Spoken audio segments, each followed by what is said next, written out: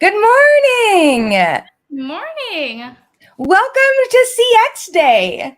Pew, pew, pew, pew. Little fireworks everywhere. I'm so excited you're joining me on your first, kind of cool, like live QuestionPro show. Yes, this is definitely an experience. So I'm super Woo! excited.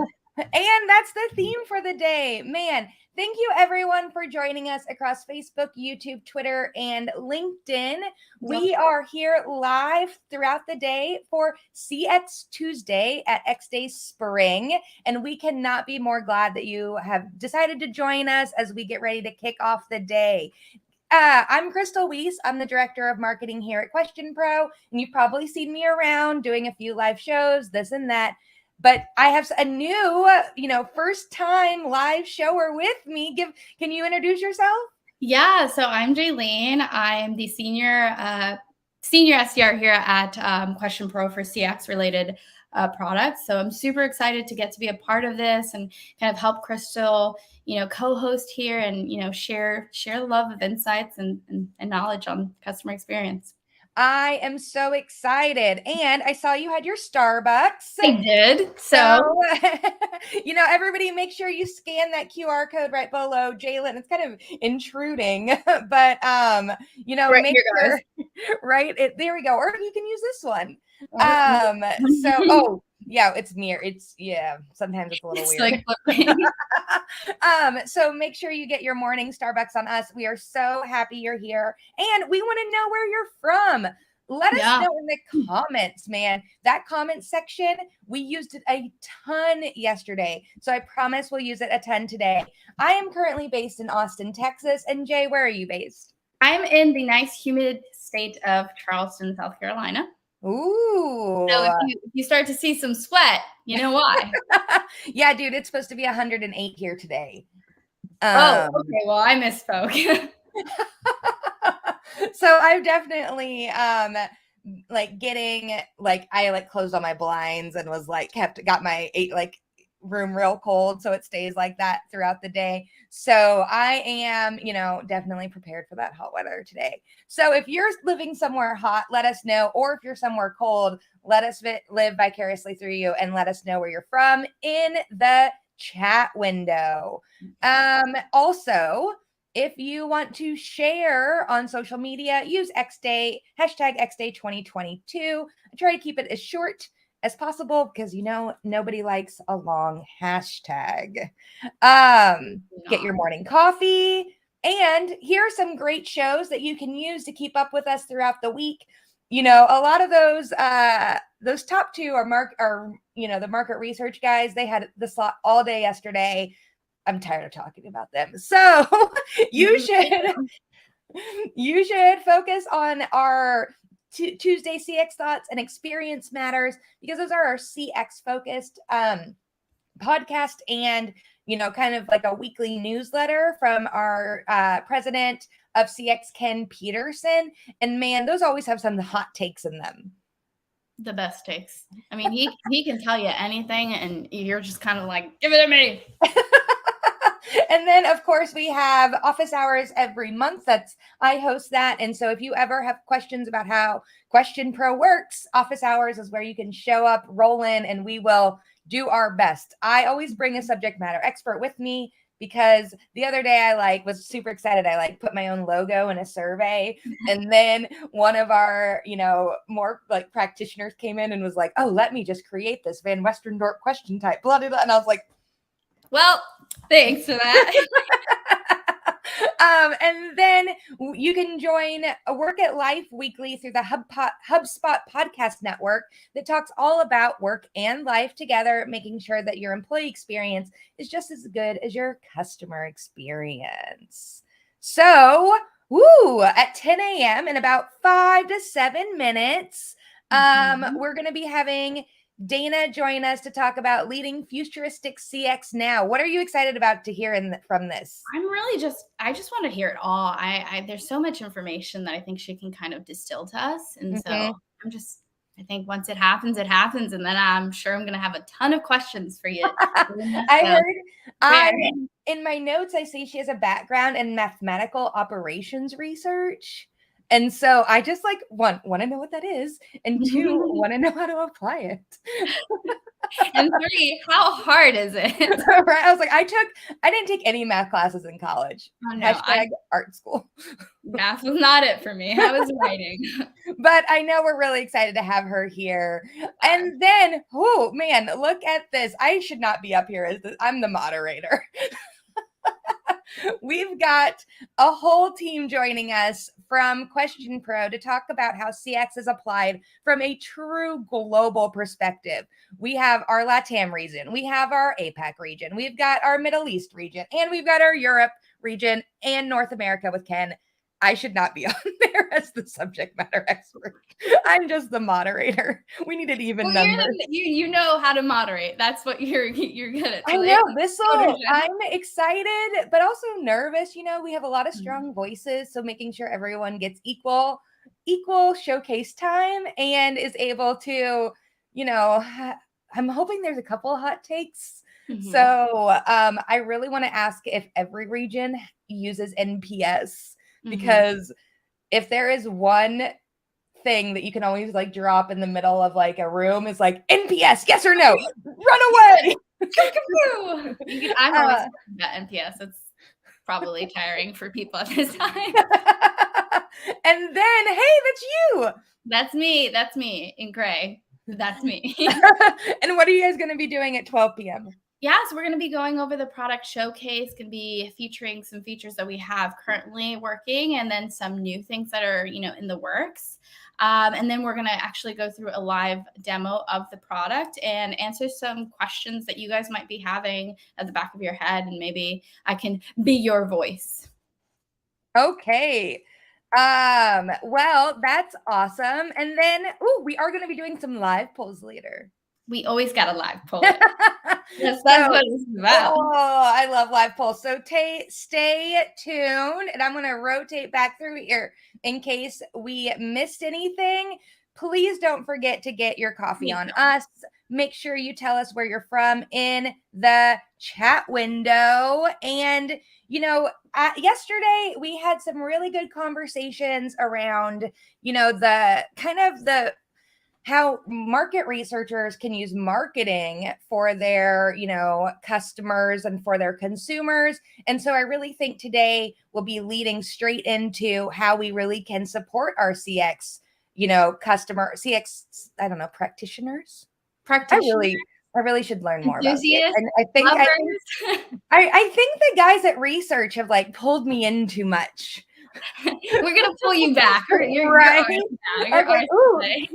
Maybe we should start. We need to start like a CX office hours, or I need to start like rotating you guys in because I feel like the research guys have gotten too far in there.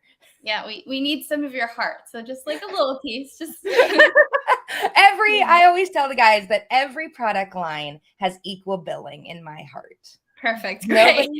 Nobody gets to be more important than the other. So, if you're just joining us, thank you for being here. I'm Crystal Weiss. I'm the director of marketing here at QuestionPro, and I'm joined here by Jay Lynn. Your last name's not on there. Jaylene Silveris, but honestly, let's just go with Jay. There we go. And we are here to host you for CX Tuesday at XDay Spring North America. Man, that is a mouthful. I gotta figure out how to shorten that. Yeah, that's my job. And we are just so excited that you're joining us. We hope that you'll get a free coffee on us this morning, and stay tuned for other giveaways. I'm gonna pop it up here, but maybe not fast enough for you to scan it, because we have a chance for you to win a masterclass, an Obey Fitness, or an Airbnb gift card. This is the experience giveaway, because why would we not give something away that's not an experience? Exactly. Okay, out of those 3, masterclass, Airbnb, Obey Fitness. Oh, dang. I know you're like a gym nut. So I am a gym nut, but I think I would do the Airbnb because they can get a little pricey, and I want to travel as much. They also have Airbnb experiences now. Okay, well, give me that then. We learned a lot. I used a couple of them when we were doing like remote experiences, and they gave like real life walking tours, like virtually. Mm-hmm. And so how is that, like the virtual experience with Airbnb? I mean, it was cool. It was like something to do. It was like 2020. It was something to do. What else did I do? That's true. So, there's that. Well, it looks like we are going, it is 10 o'clock on the dot, and I want to be cognizant of everyone's time and respectful of Dana's time. So we are going to get started with our agenda. Any last words of wisdom, Jay? Yeah, I think you guys just really listen, have your questions ready, and just enjoy it with your Starbucks. With your Starbucks. Mine's like, I've moved mine into a mug. Well, awesome. Okay, I'll see you in a little bit. See ya. Bye.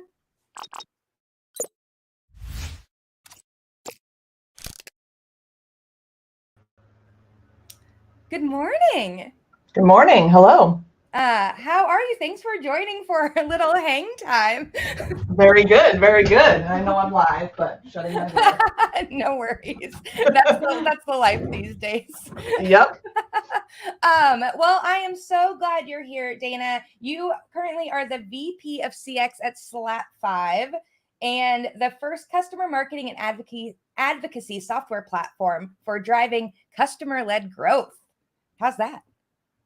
It's really good. It's an exciting place to be. And I'm excited to kind of talk about a little bit more about what that means of customer experience and that customer-oriented approach. Awesome. Well, we're really excited to have you here. And I know that we've been working hard on you worked hard on your presentation and we read it. And so, I'm really excited just even from the tidbits that you sent over in our conversations before this. I was saying yesterday that even the conversations we had leading up to this would have made a good fly on the wall kind of like insights. And so, we're really excited to have you here. And I also see that you have a podcast called Customer X Therapy. Yes. Yeah. I'm a customer marketer therapist. A lot of my customers are teams of one, and doing check-in calls, I end up being their therapist sometimes. So spun that off and made a podcast. I love that. Well, make sure we'll put the link in the comments to make sure our listeners subscribe, and I will give you the stage. Okay, perfect. Thank you. Just if you can make sure you can share your screen, and I look forward to asking you questions afterwards. Sounds good.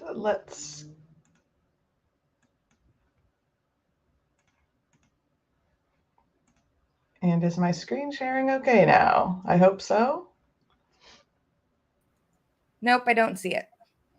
Oh. You have a little at the bottom. It should say share. Yep. Okay. Oh, sorry about this. It's making me access my Google, so hang on. No worries. I'm going to bring Jalen back. Hey, girl. Hi.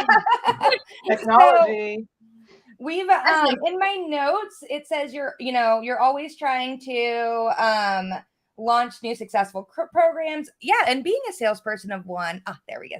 How does that, how do you deal with that sometimes? Dana. Oh, sorry. I was just loading. I got it loaded. Nobody thinks happening. It's loaded up now. I'm ready to go. Perfect. It needed me to sync, so we're good. There it is. Okay, well, we're gonna leave you now. You're gonna do great. We're so excited. Thanks, everyone. All right. So now that we have the technology set up, so today I'm going to talk about why the customer-oriented approach to customer experience will continue to be adopted by many organizations today and in the years to come, and honestly be the future of customer experience strategies. So with that, go through a little bit of an introduction, talk a little bit about the session here, followed by what is customer experience to me and what do I think the future of it is. Then talk a little bit about what's in it for your customers. And of course, we can't forget about the customer experience of your employees and some closing remarks. So a little bit of an introduction about me. As Crystal had mentioned, I'm Dana Alvarenga. I'm the Vice President of Customer Experience at Slap5. And I've really always been a pioneer in my career, joining companies to either build a process, a team, a program. And I've always honestly had a passion for customers. And that definitely came from my previous life in sales, where I would actually coach and map out the success of my prospects to close the deal, and then wouldn't hear from that customer again and have to hand them off to account management. This is pre-customer success days.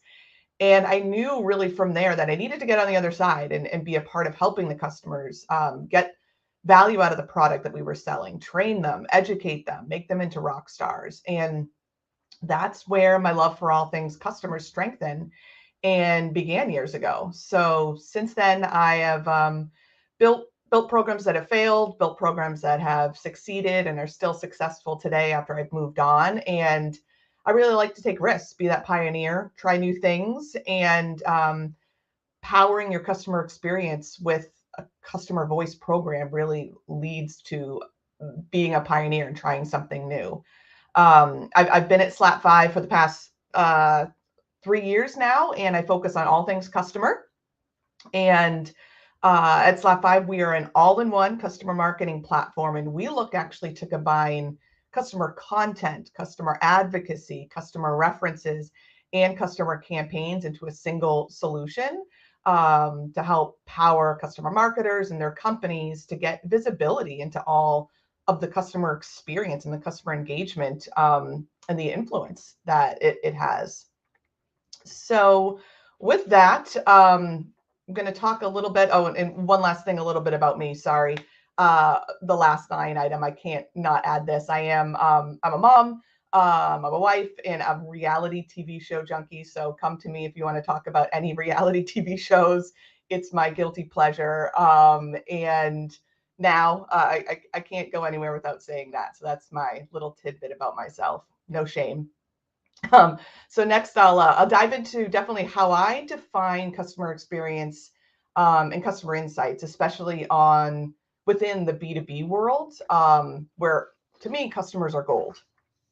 So what is customer experience? I see, to me, customer experience is really everything that's related to the customer.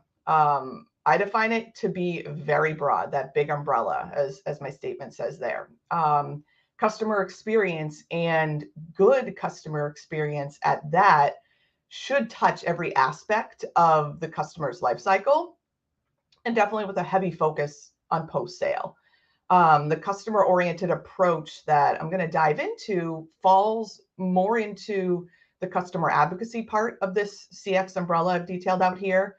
But first, I do want to talk about insights and the important role that I see that they play, especially I primarily focus in the B2B world and the business-to-business world. And I do see that the B2B world has a lot to learn from their friends in the B2C space.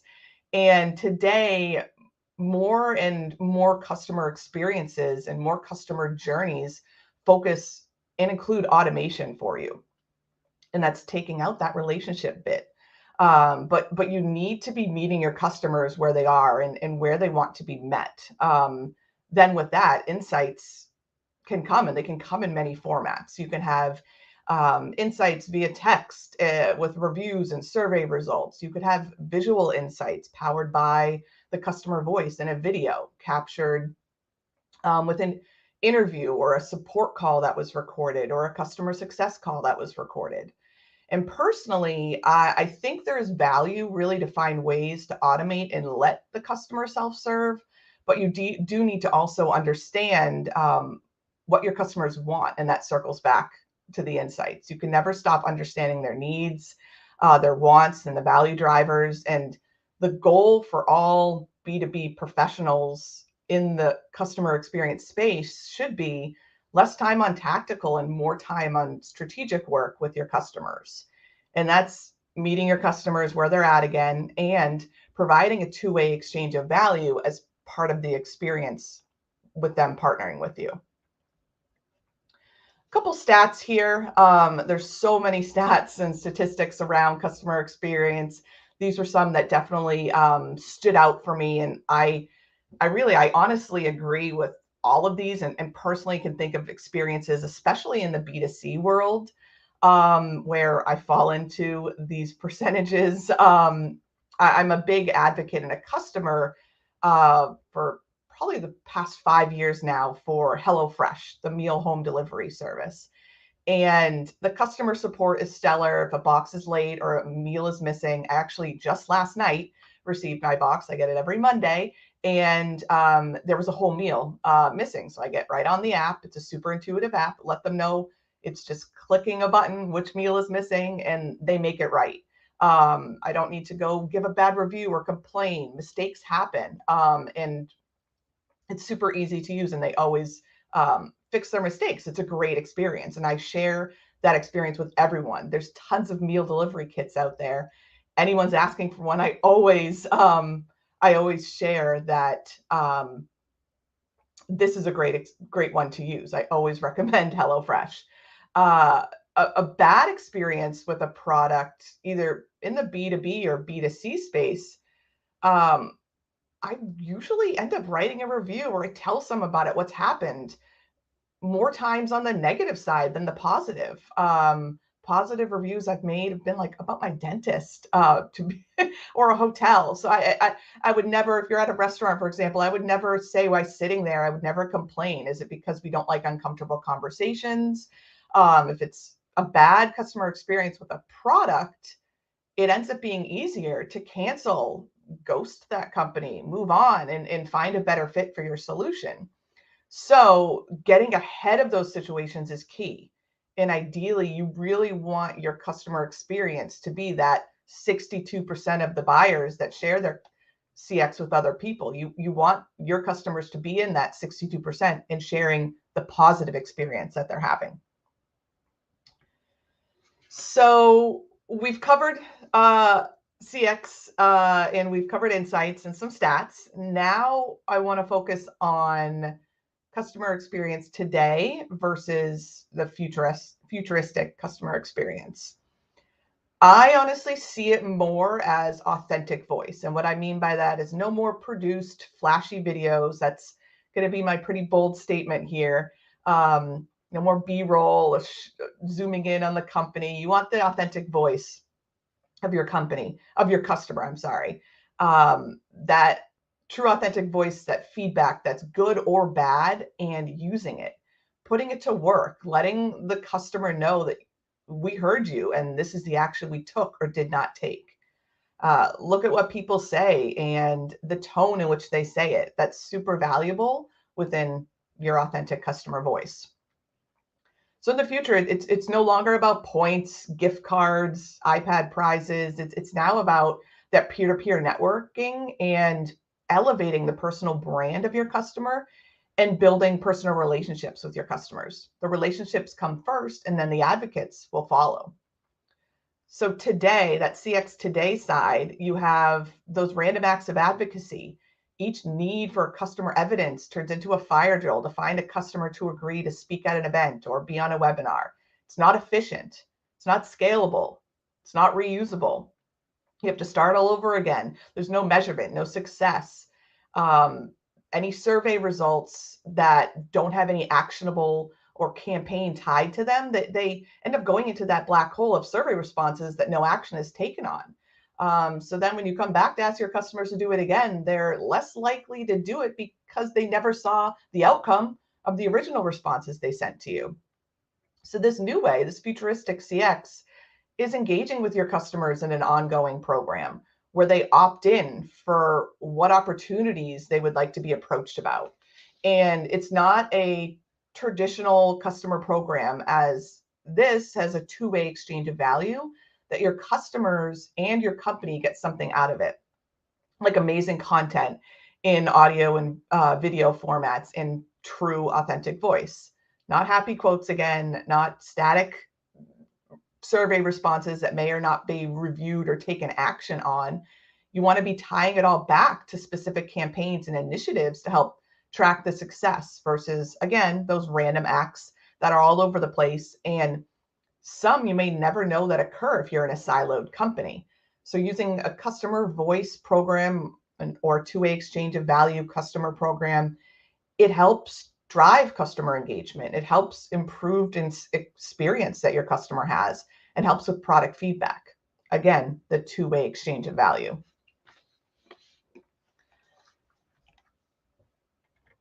The continuation of the future of CX, up to 90% of buyers are willing to pay more for an improved customer experience.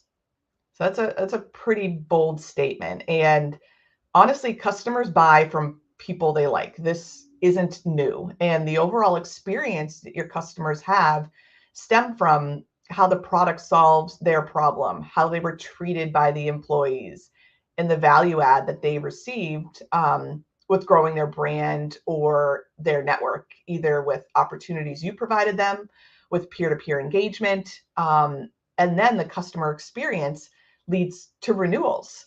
Long-term advocates that advocate for your company and your solution or your product. So it doesn't matter if you're priced more or offer something slightly different than the competitor. It's the experience at the end of the day that wins. And that's the big value driver with the future of CX, always focused around the two-way exchange of value again. Meet your customers where they are, meaning have various channels of communication. I offer a Slack community and Slack channels for every client that I work with. Most use it at their own organizations, and it's easy to just add another workspace. And then you're within seconds to contact, as that's where they're already communicating day to day. And it helps as some support deflection as well. And having the right messaging. And what I mean by that is no more marketing speak for social posts or on your website. Have your existing customers and the voice of your customers be the forefront of what your customers and your prospects see, what they hear, what they read, what they engage in, and use customer voice to help your customers work with their peers and see someone just like them experiencing the same issues and how they solved it. Allow them to provide advice to their peers on getting started with something new. It's great to hear from you. You're the product expert, you're the in-house expert, but it goes a long way when peers can help their fellow peers. Once you have the customers onboarded, provide an opportunity for regular peer-to-peer engagement. This is key, and offer various formats for customers to do so. Your overall experience does not just lay with the interaction with customer to company and product. You have to weave in the peers as the relationship can form and learnings can occur with peers directly engaging, as they are the ones in the trenches solving the issues or coming to use your product to help solve a problem or save time. And I've talked a lot about ongoing customer voice program, and to level set, what I mean by that is it's a program where you're engaging customers in an ongoing program where there's a two-way exchange of value in which customers expect to be periodically asked to share their advice, share their experiences and knowledge, and they participate enthusiastically. Track the engagement in the activities of your customers to help drive and promote these acts of advocacy while providing insights to your most and least engaged customer base. So this helps with tracking expansions, renewals, indicating customers at risk with those low engagements.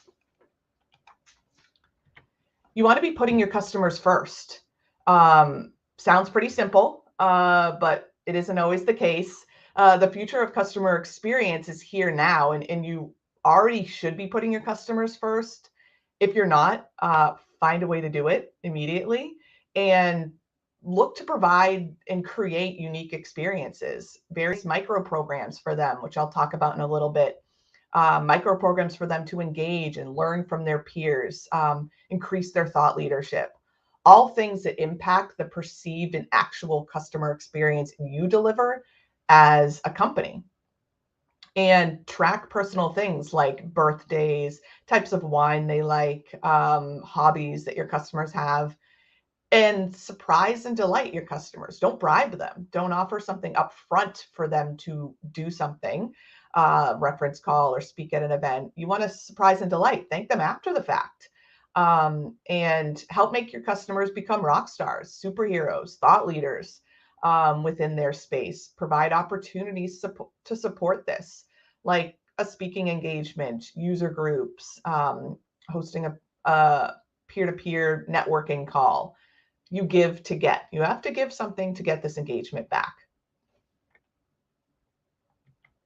And these acts of advocacy, customer referrals are the holy grail. Obviously, we all want customer referrals. We all want advocates out there. Another part of the futuristic customer experience is the overall acts of advocacy I've talked a bit about. And this can be a varied list of activities that your customers do, either asked by you or on their own. The goal should be sustained advocacy that's generated, that ends up being generated if done right, meaning advocacy becomes that byproduct of delivering a great customer experience with the two-way exchange of value.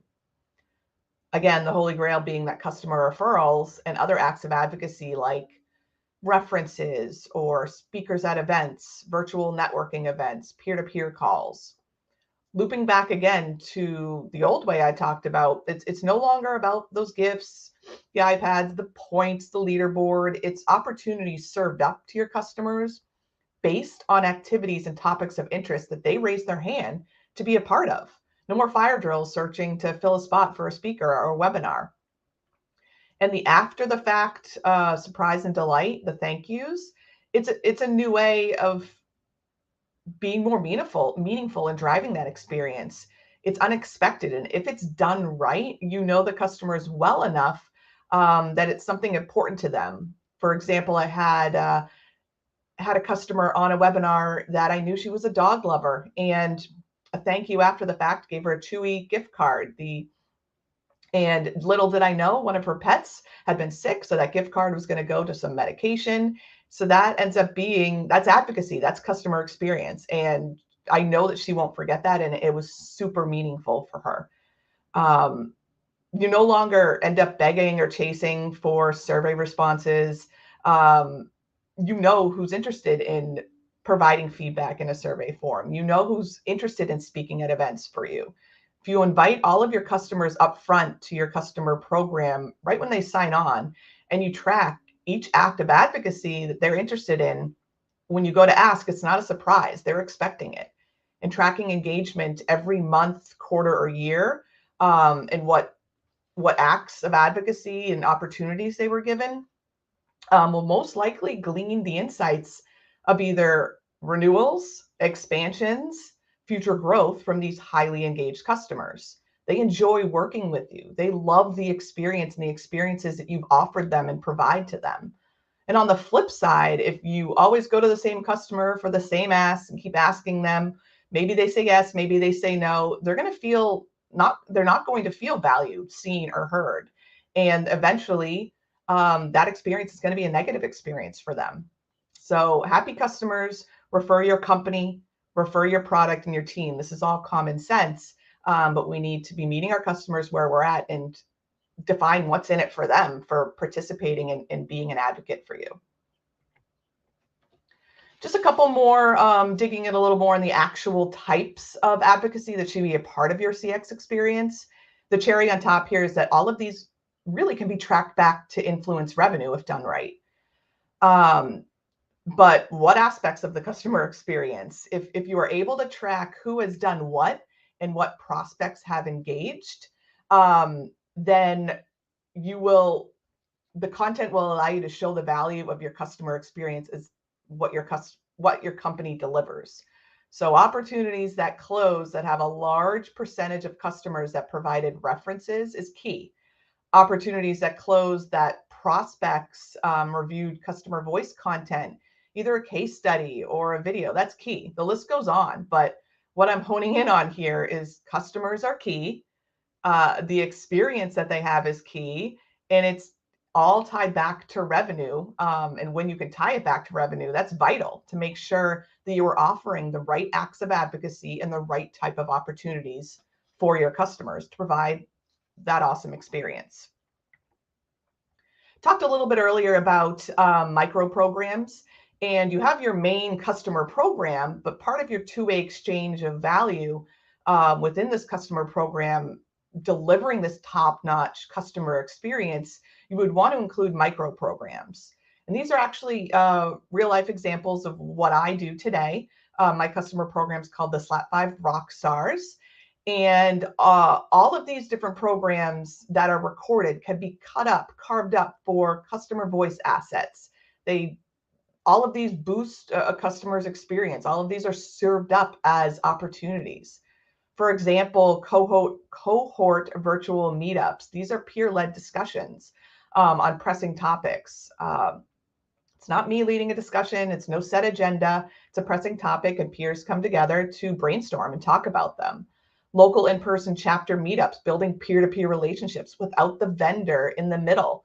Then it comes back to product roadmap sessions where give to get comes back into play.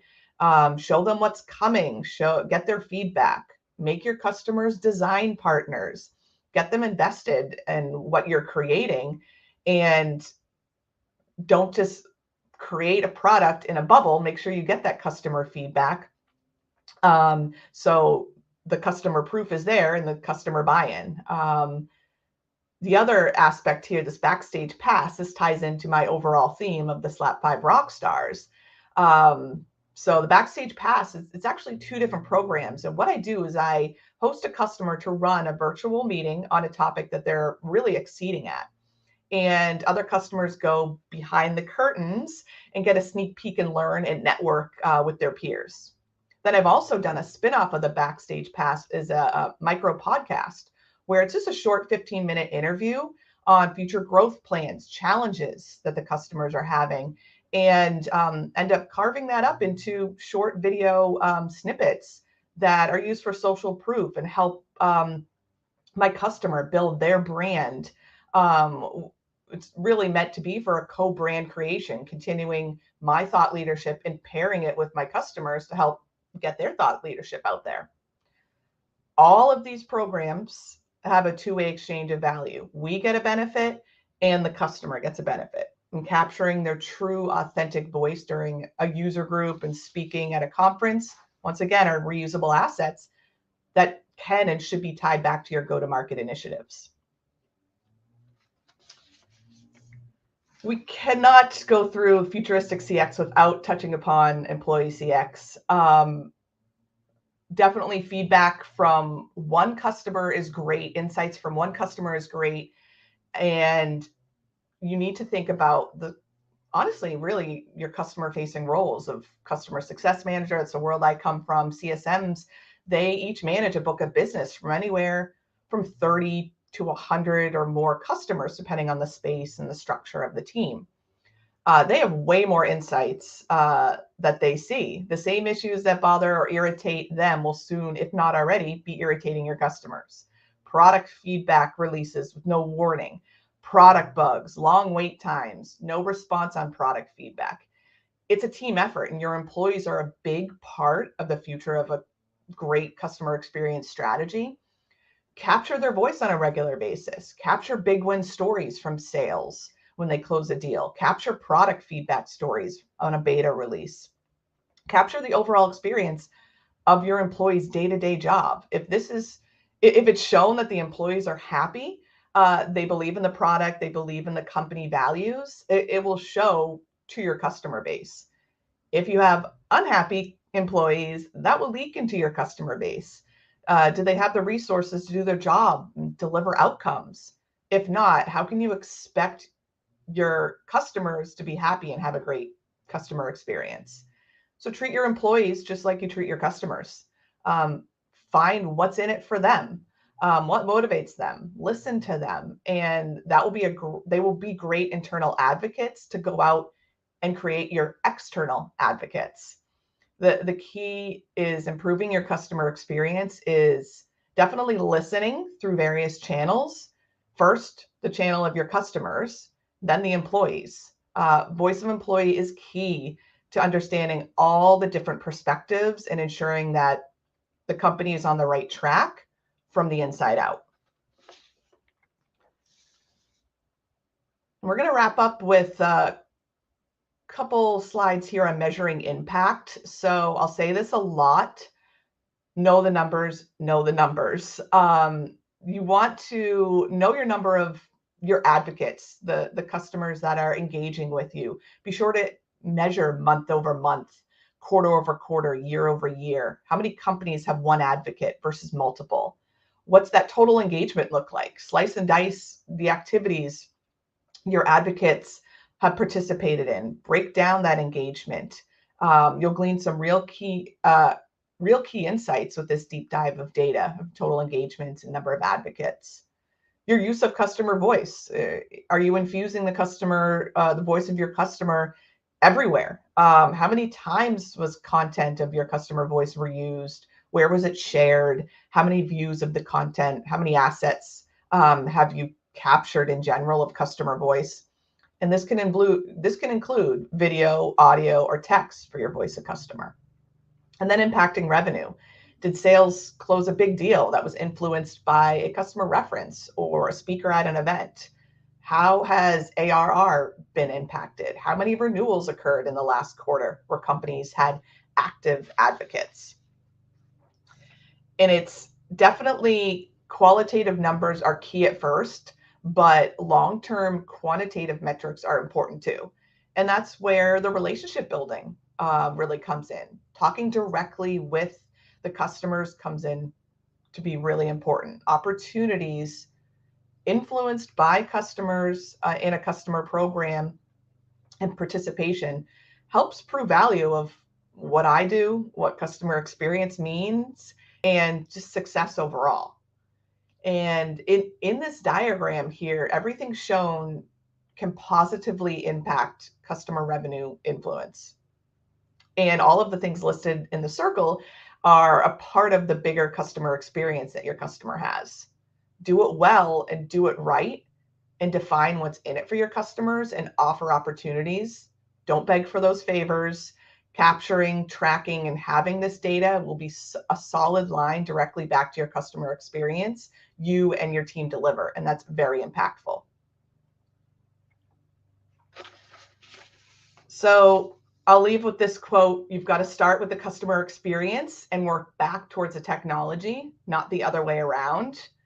I'll ask everyone, kind of reflect and look back. Are you leading futuristic customer experience now? Are you meeting your customers where they're at? In close, I do challenge you all to find a new way of thinking, a new way to connect with your customers. How are you using customer voice and putting it to work in a two-way exchange of value? Customer voice is free. Customers love to talk about themselves. Capitalize on that and formalize a program that delivers value and defines what's in it for them. I would also definitely give the opportunity to anyone who wants to reach out and learn a little bit more about how they could create a customer program powered with the voice of your customer that ends up being tied back to your go-to-market initiatives. Happy to do a introductory one-on-one workshop on some tips and recommendations there. Thank you, everyone. Thank you so much. And we definitely have some questions. Okay. We have some like non-work questions, but we'll save those till all the right. end. All right. I hope there's some reality TV show questions in there. Yes. Jalen, I couldn't believe I almost forgot that. I was like, oh, my last line. I have to throw that in. So, Jalen, you're muted. Just a heads up. No, there you go. Reality TV right there. But okay, here we go. How do you track customer satisfaction without a static survey? So it's an interesting question. So I've done it in the past with NPS. Today, do not use NPS. So the customer satisfaction is really honestly tracked upon renewals, and also tracked upon our customer champion when they leave and go to another organization and bring us on immediately, which happens 2-3 times across many customers. So we really track it on our growth and our customer base. Awesome. Okay. Thanks, Barbara. Hope you're still here to hear that.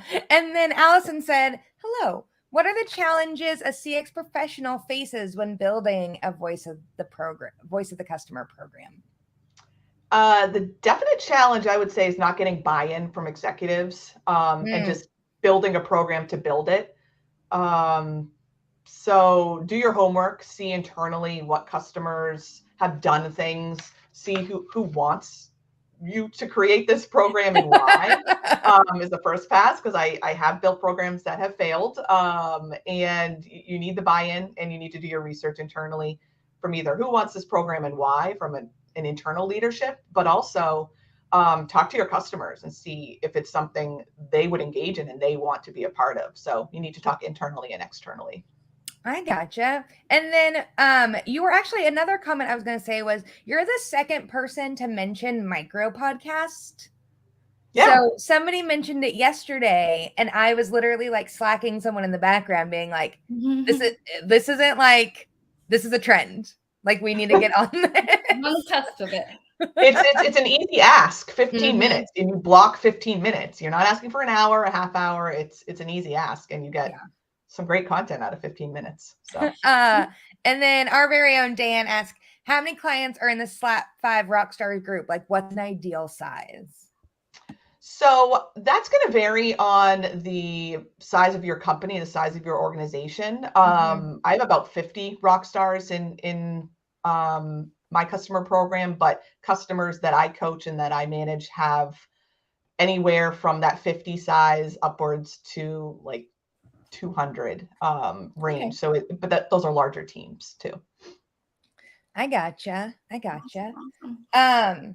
When you're, sitting down and kind of like thinking about the key aspects of a CX program, what sets a futuristic CX program apart from the more traditional CX program?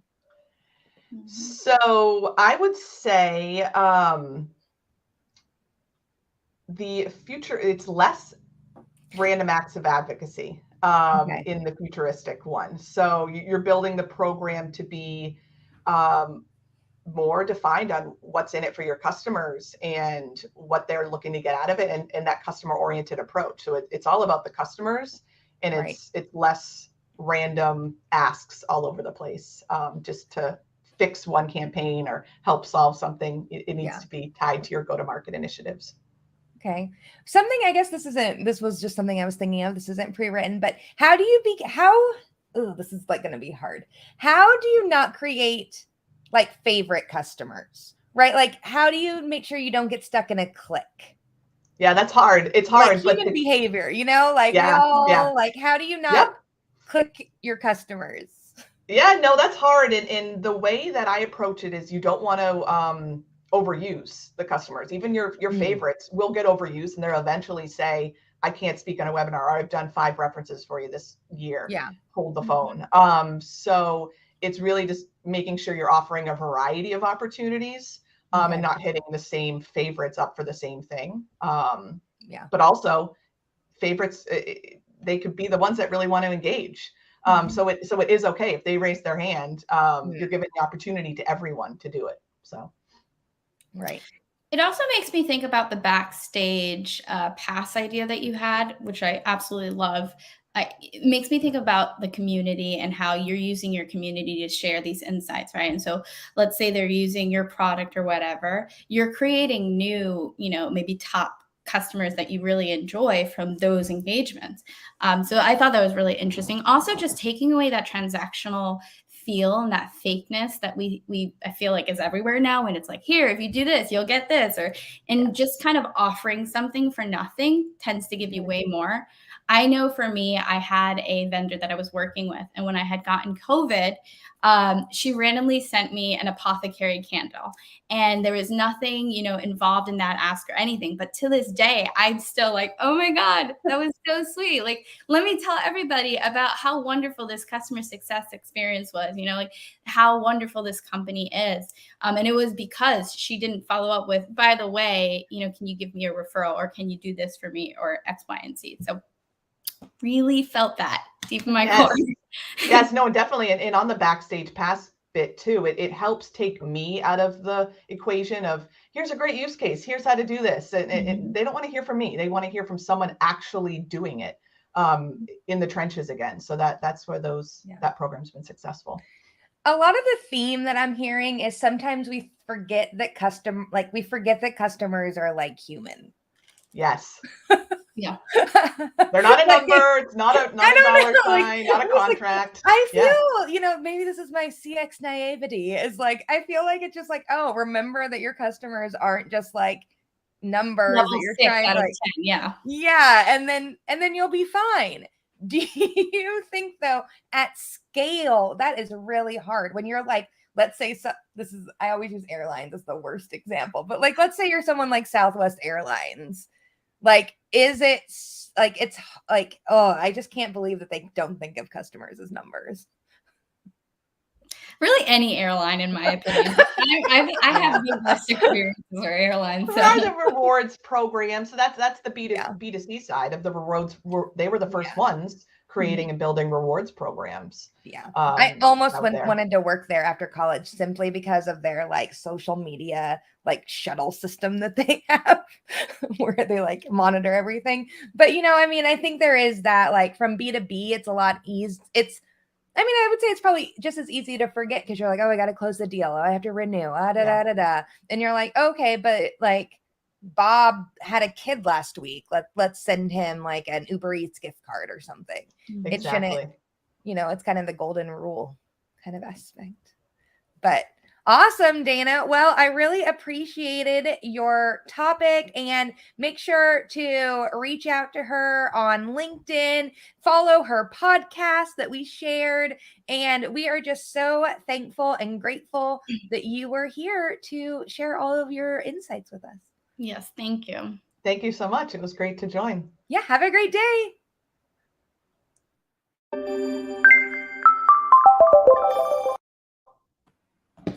Well, that was so fun. That was very fun. She said a lot of things that I resonated with. Oh no, we forgot to ask her about the Kardashians. No, can we get her back? That is vital information.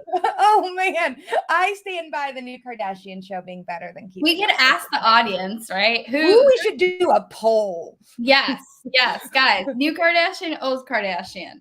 New Kardashians. I think it's better. New. 100% better. Although man, I've only gotten like 3 episodes in, so what am I talking about? Okay. She's like, I'm in chat. She still didn't answer our question though. Well, that was such an awesome take. And I really think that if you're gonna remember, some things about your customers, remember to treat them special. Especially in that B2B world. Don't just think about them as a renewal. And to Jay's point, send them a candle when they're not feeling good. I know, yeah. Utilize that community that you have of customers, of advocates. Let them help you spread that positive, feedback, and also let them help you, avoid those detractors that could occur. Their experiences can speak to a lot of that, and there's no point in, I guess, overstimulating yourself needlessly if you have this community that you're working so hard to build. Awesome. So that was really lovely. And now, everybody, we are getting ready for what may be Jay and I's favorite activity at QuestionPro, is a live poll. We need some background music. Dun, dun, dun, dun. Oh, hold on. I think StreamYard has background music, but I haven't figured out how to I don't know if all of it's good or not. There you go. And so I'm going to turn that down a little bit. So you guys make sure to join us on this live poll. Ooh, there we go. And we'll get some people in here. Just scan that QR code with your phone, and we will, start when we have about 15 people. When you're using live polls, what do you think is the best thing about them? I know for me, I just like the speediness of it. It's kind of like a game, a challenge, and I'm a very competitive person. So it's like Was I the first person to click this?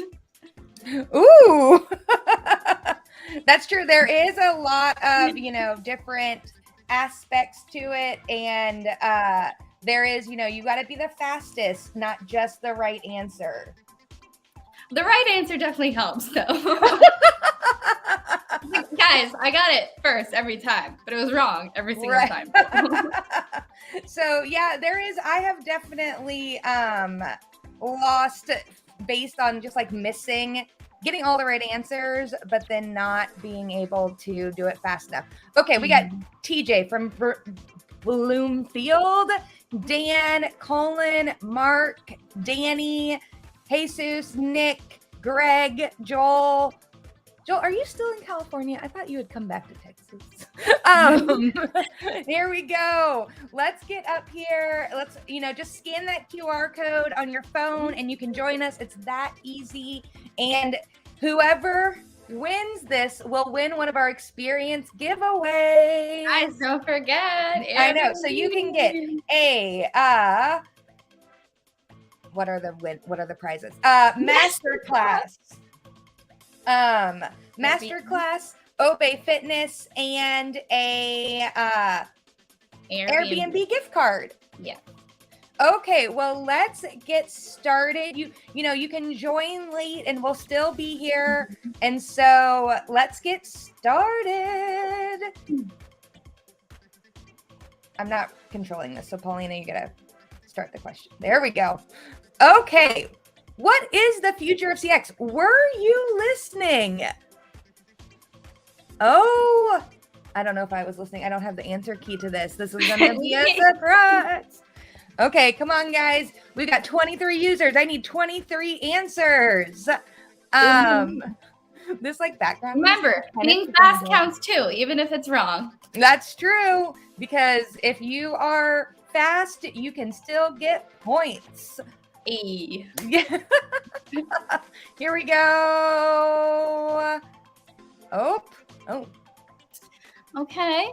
I was like how you both and I both have to lean in. Refocus businesses. Woo! Great job. Look at all those people that got it right. Dang. Great job, you guys. Okay. Oh, here we go. From which country does Gouda cheese originate? Think I know this one? Ooh, you do? I don't think I do. I can't have cheese, but I do love it. So yeah, I probably shouldn't. But and then my favorite thing about Gouda is the from She's the Man. Do you like Gouda? No, I don't think I recall that. I thought you were gonna say Gouda grilled cheeses though. I don't know what that is. Oh, a Gouda grilled cheese? Oh, Gouda grilled cheese. I thought you said Gouda girl cheese. I was like, is that a TikTok thing? The Netherlands. Woo! All right, we have some leaders pulling up now. Oh, now we're back to, they must go every other one. Here we go. What is customer experience?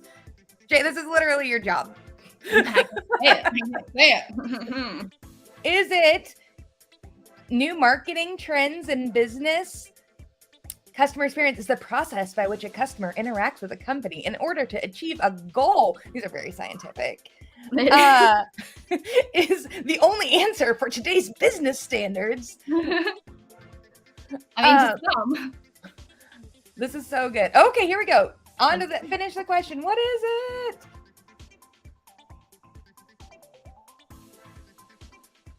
Oh, I think we're lagging. There we go. Okay, there you go.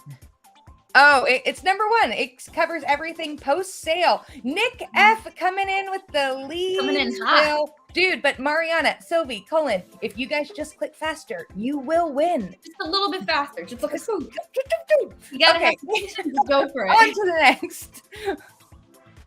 What is the name of the largest ocean on the earth? Yep. Those are oceans. Yeah. Okay, let's wait. We got 29, 23. Come on, you guys. Will Nick keep his spot? I know. Will he? Or will Sylvie or Mariana steal it away from him? All right, let's find out. Dun, dun, dun, dun. Oh, Colleen. I love that. Nick, how did you lose the Pacific Ocean? Can't judge here. Oh, what are insights? Hot Hmm. take. Do you think that this is what's like, is there, I don't know if there's a right answer to this. Insights are the observations that stand out as findings that are interesting or unusual. Ooh. Are you unusual? Very unusual. Insights are just another way to refer to information. Oh, womp. Here we go. I think it's number 1, right? Number 2, the knowledge that a company applies from. Okay, here we go. We got 2 perfect answers still at the top. Colleen, you took the win. Lead. Woo! Let's go. Oh. What animal can be seen on the Porsche logo? I know this because I have a Porsche, obviously. I have 4 Porsches. Low-key flex? No, it's I don't have one. I wish I had. I'm speaking it into existence, energy and stuff. Jaguar, lion, horse, tiger, bears. Oh my. Woo. Okay, here we go. Oh, we got more users. 31, 29. Let's roll. Horse. Great job. Sylvie at 100% still. Great job. Shit. Oh my gosh. Okay. Here we go. Oh, percentage of users say their standard for good customer experience is higher than ever. This was there. It was in the presentation. It was. Man, I should have been listening better. Mm-hmm. Let's see how many people were listening. And don't forget that the winner will be a winner of our experience giveaway. So make sure you're trying. Okay, 31, 29. Let's roll. There 67. you go. I'm not gonna lie, I thought it was 99. I knew it was 67, so this is confirmed. I was listening. Okay, now for what is Cenophobia? I only know this because I saw the answers when she was programming this. Fear of spiders, fear of heights, fear of socializing. I think then we all would have got that during 2020. And then fear of dogs. Is it? I don't know. Okay, fear of dogs. I was not going to say that. It was speaking spiders to me. Sylvie with 100% still. Fear of socializing. People were really into that. Okay, on to the next. What percentage of customers share their good customer experiences with others? Dun, dun, dun, dun. I say I've been trying to get much better about sharing recommendations than I used to be. Mm-hmm. I feel like go ahead.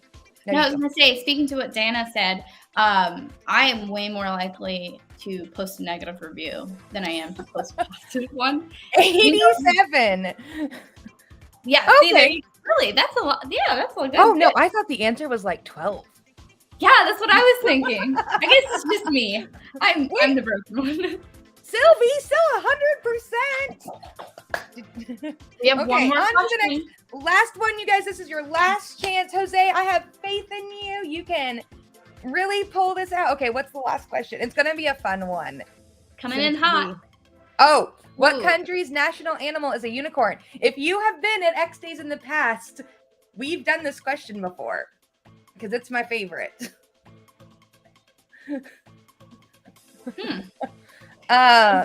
Scotland. I don't know though. I like how this is a tricky question. Just give up. It is Scotland. Yeah. Well, that's where I drop off. They got it. Bam. Wow. Oh man, I spoke that into existence. I'm so sorry. Sylvie. He came in really fast. That was the difference. I know.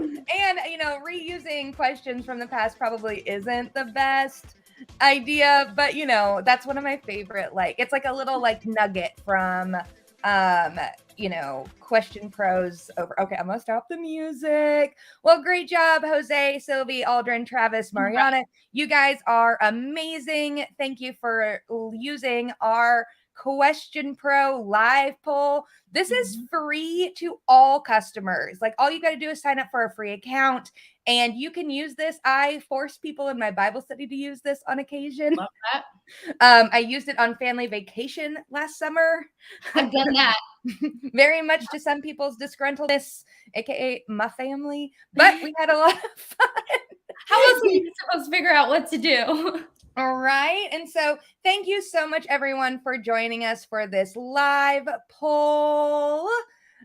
We are so excited to keep the day going. And, you know, we will start getting prizes out today, especially if you've registered ahead of time.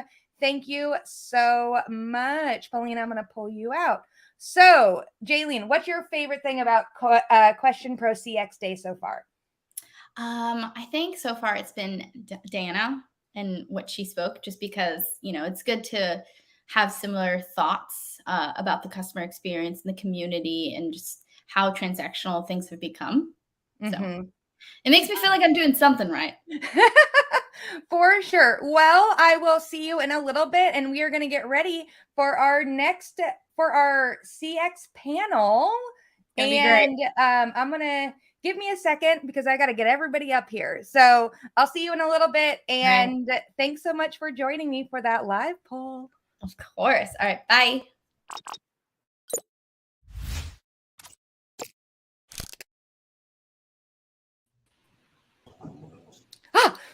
Yes, everybody made it. Hey, you guys. Welcome to CX Day. Hello.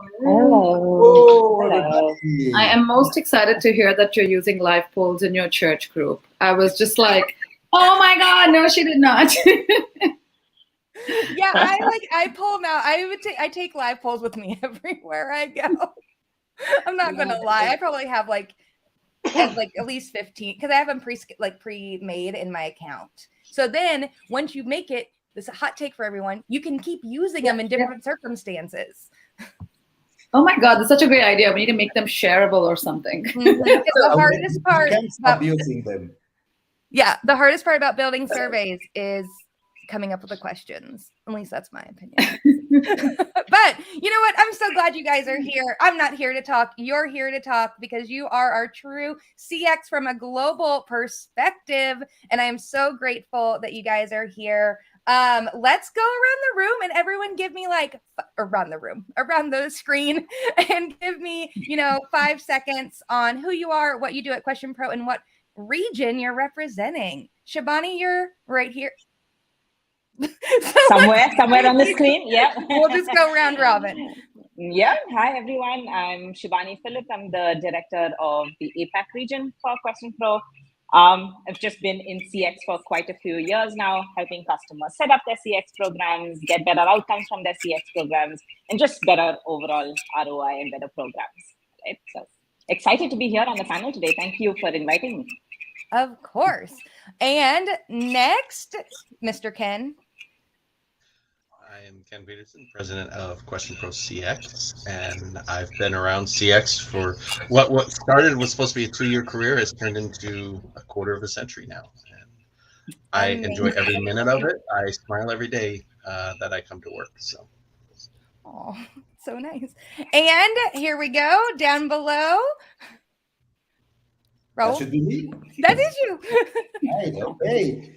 Thank you very much for inviting me. Very excited. I'm Raul Rodriguez. I'm in charge of the CX division for Latin America. I've been with QuestionPro. I started the area. The QuestionPro invited me, which I'm so glad about it. About a year and a half ago to start the division in Latin America, and we've been doing great in our labor of evangelizing and telling people about CX. I've been in the CX and technology industry.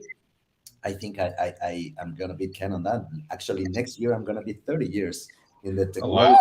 Giving Ken a run for his money. I won't tell my age, but I started as a very young guy. So you started when you were 5 years old. I love that. Didn't you? All right, so I think now that we're taking numbers, 14 odd years, I think, in the tech space, 5+ years in the CX space, and with QuestionPro, it's been such a fabulous journey. I've been part of the product since what would have seemed or sounded like inception, all the way to bring it in. I'm right now the managing director of QuestionPro Middle East, Africa, Turkey, and Israel.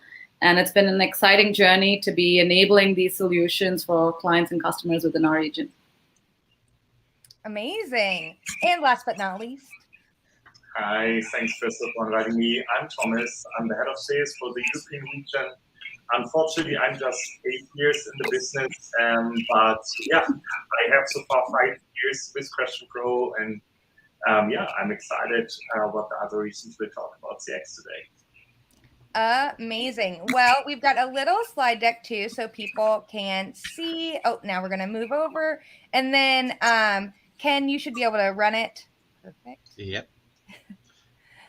In case you didn't hear everyone, this is our wonderful panel of speakers today. Do not count me among the CX experts. I'm simply here to facilitate. I want to be very clear on that. But make sure that you guys reach out to our guest speakers on LinkedIn. They are always willing to chat and connect about CX. Shibani also hosts our Experience Matter live shows in the APAC region on Thursday nights, Friday morning. Yep, Friday morning, India time, 12:30 SGT. Please join in. We'd love to have you. We share insights every week. And I know that because I get an alert like every time I'm going to bed on like LinkedIn that we've gone live. And so you guys make sure they all produce content within their own regions that is specific to not only their goals and their dreams, but also to customer experience in that region. So just please make sure to connect with them and we can get started. So the first question, we're going to be kind of theming these, is business transformation. In your region, how are leaders in customer experience approaching business transformation? And I'm going to start with the ladies first. Shibani, give me a hot take here. Yeah. So we're going to be, obviously, because we're from multiple regions, we're going to be looking at region specific. So today, organizations are really pivoting, right, from retention, that was a goal during the pandemic, to growth, that is the priority now. So CX leaders are really redesigning the way they're structuring their programs, right? So in APAC, we're seeing that shift already when we're speaking to our clients. They've realized that you can't just provide this exceptional service on 1 or 2 of those touch points, right? It has to be great service across that customer's entire journey with the company. And this really needs to happen at scale. So 2 levers that we've seen that customers are using to enable this, right? Starting with the company's most valuable resource, the employees themselves. So we've seen companies in APAC, they introduce concepts like customer empathy as part of their core company value. And this is really crucial because it breaks down those individual silos, makes them, build that entire collaborative workspace so that everyone is really accountable and to delivering that great customer experience, right? And what really goes along with that, a complementary trend, is really empowering those operational teams to make those CX decisions, right? Because earlier, the way escalations, it just used to be the primary trigger for those CX improvements used to be those escalations. That really has changed from what we've seen. Each team is now making changes to the part of the journey that they are accountable for, and making sure that they are delivering the best customer experience, right? So no matter, it can be like somebody from the accounts department, it can be the executive at those different branches. What this has really enabled is those faster improvements in the customer experience, so much faster than if the CX team was working on its own and what they could deliver, right?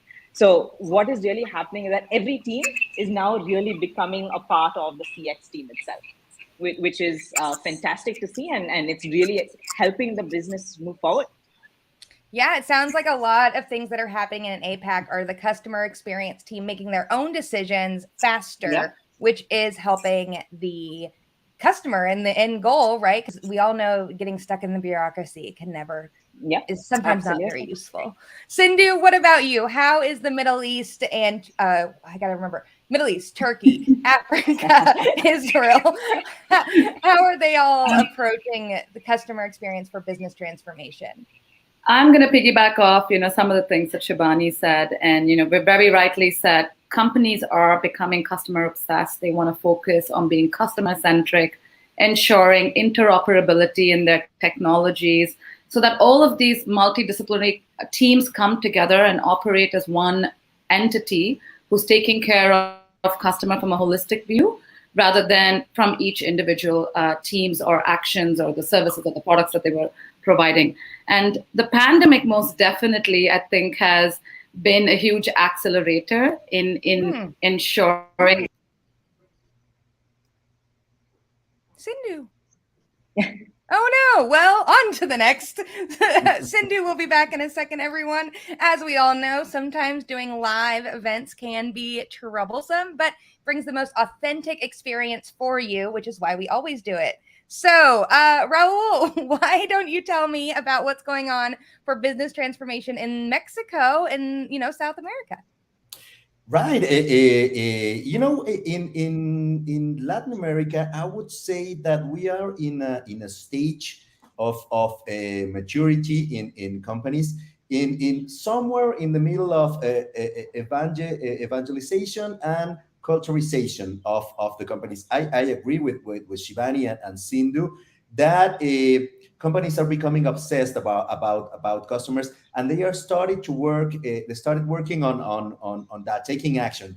We've seen a lot of companies. Of course, this happens at all levels in the market pyramid. Of course, probably the largest companies in the region have already a customer experience officer or a dedicated area to customer experience. But most of the companies are in this stage where they are now understanding that customer experience is not an NPS survey in the middle of the year or at the beginning of the year. Right now, they are focusing their efforts on understanding the journey, understanding where does it make sense to ask the customer about pretty much anything, and of course, to take action and to establish goals and areas related probably that would be probably in a stage after this, relating all of this data to financial data, so they can understand where is it really affecting to have to offer a better customer experience, and then how it relates to the financial data or the financial performance of the organization. So I would say that we are in the middle of that. Most of our work here is to start telling. That's why we always talk about strategy and more than tactics, probably strategy in terms of customer experience. Where are you now? Where do you want to be? And how can we take you there?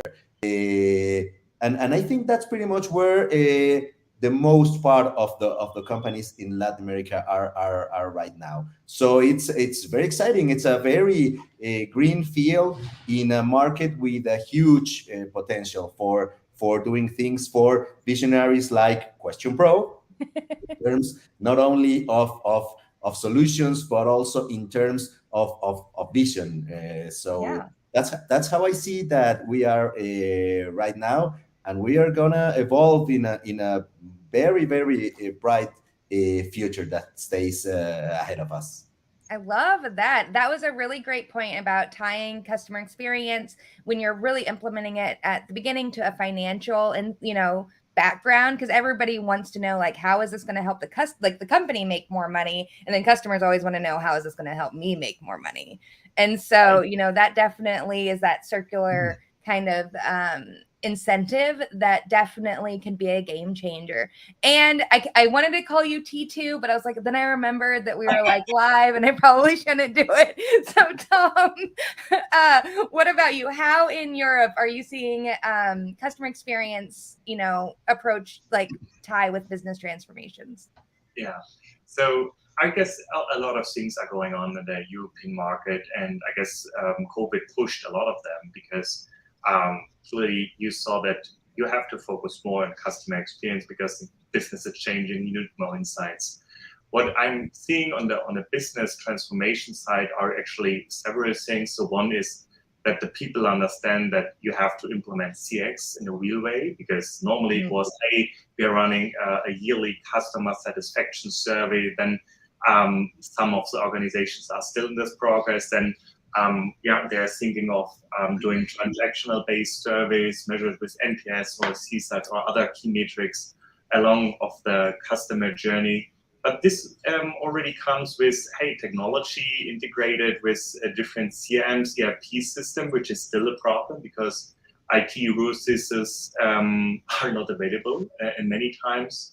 But also on the position side, right? So in past, we had market research and we had a customer experience department. Now what I'm seeing is that these two departments are getting actually merged to customer experience insight, because you cannot just say that customer experience is measuring the NPS or some other key KPIs. It's really the deep dive between the two departments. So this is what I'm seeing that finally the organizations understand. But where I'm still seeing a big problem in Europe is that the board, so the highest person in the company, is not behind the CX program and not top down. So this is the thing which I see it happens, but it happens. It could be better, I would say. Yeah. But yeah, we have to learn, and it's still going on.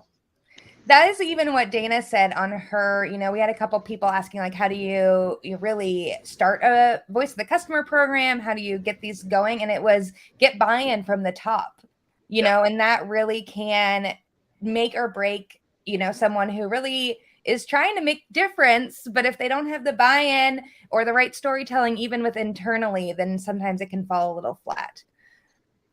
Okay, Ken, last but not least, you're our North American representative in Hawaii. So I'm still in North America.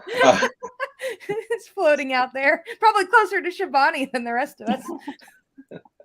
Well, I think what's been interesting in observing business transformation related to CX in North America, I think there was quite a bit of momentum heading into 2020. We started to see brands and companies using more insights, really reading from them.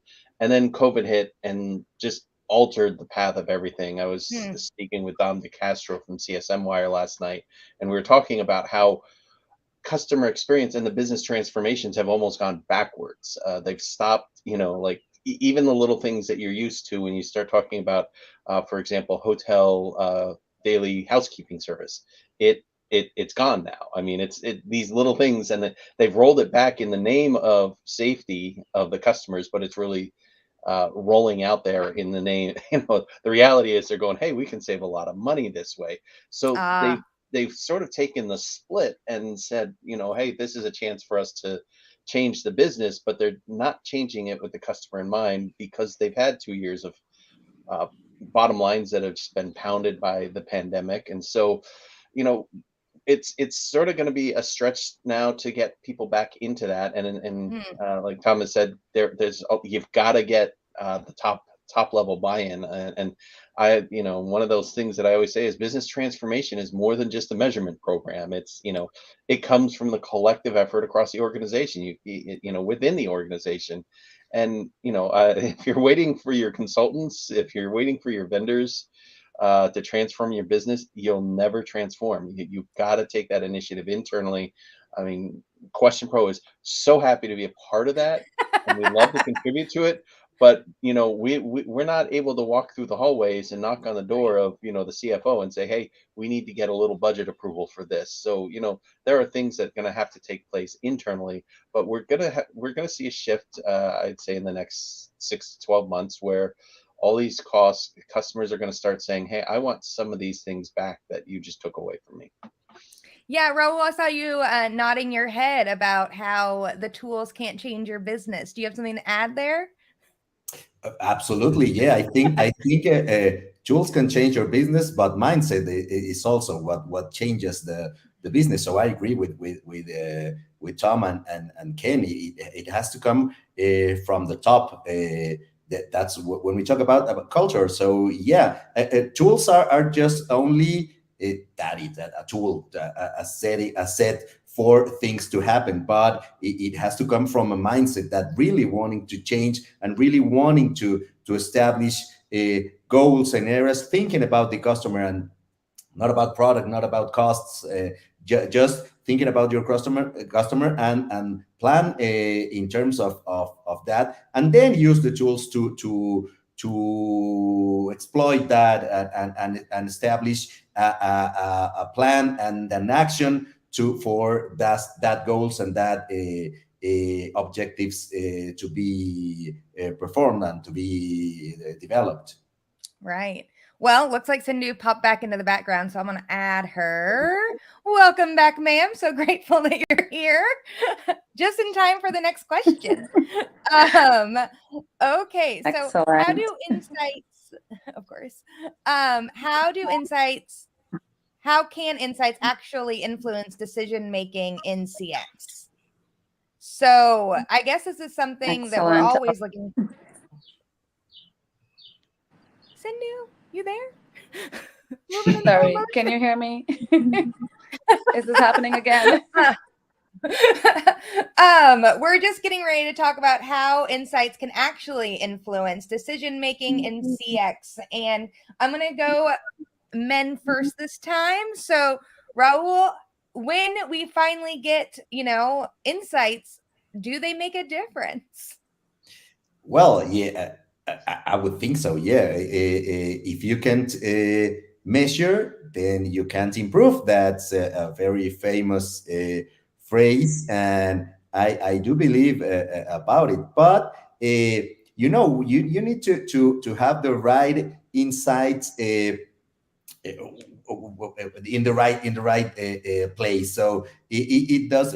We talked earlier about NPS. NPS just by itself is just a very powerful and a very valuable KPI, but it has to be linked with things like the root cause. Why are you giving me that score, and where does it gonna go? Are we gonna take action about it? Every indicator, every KPI should come with a decision, a prioritization, and an action plan to improve.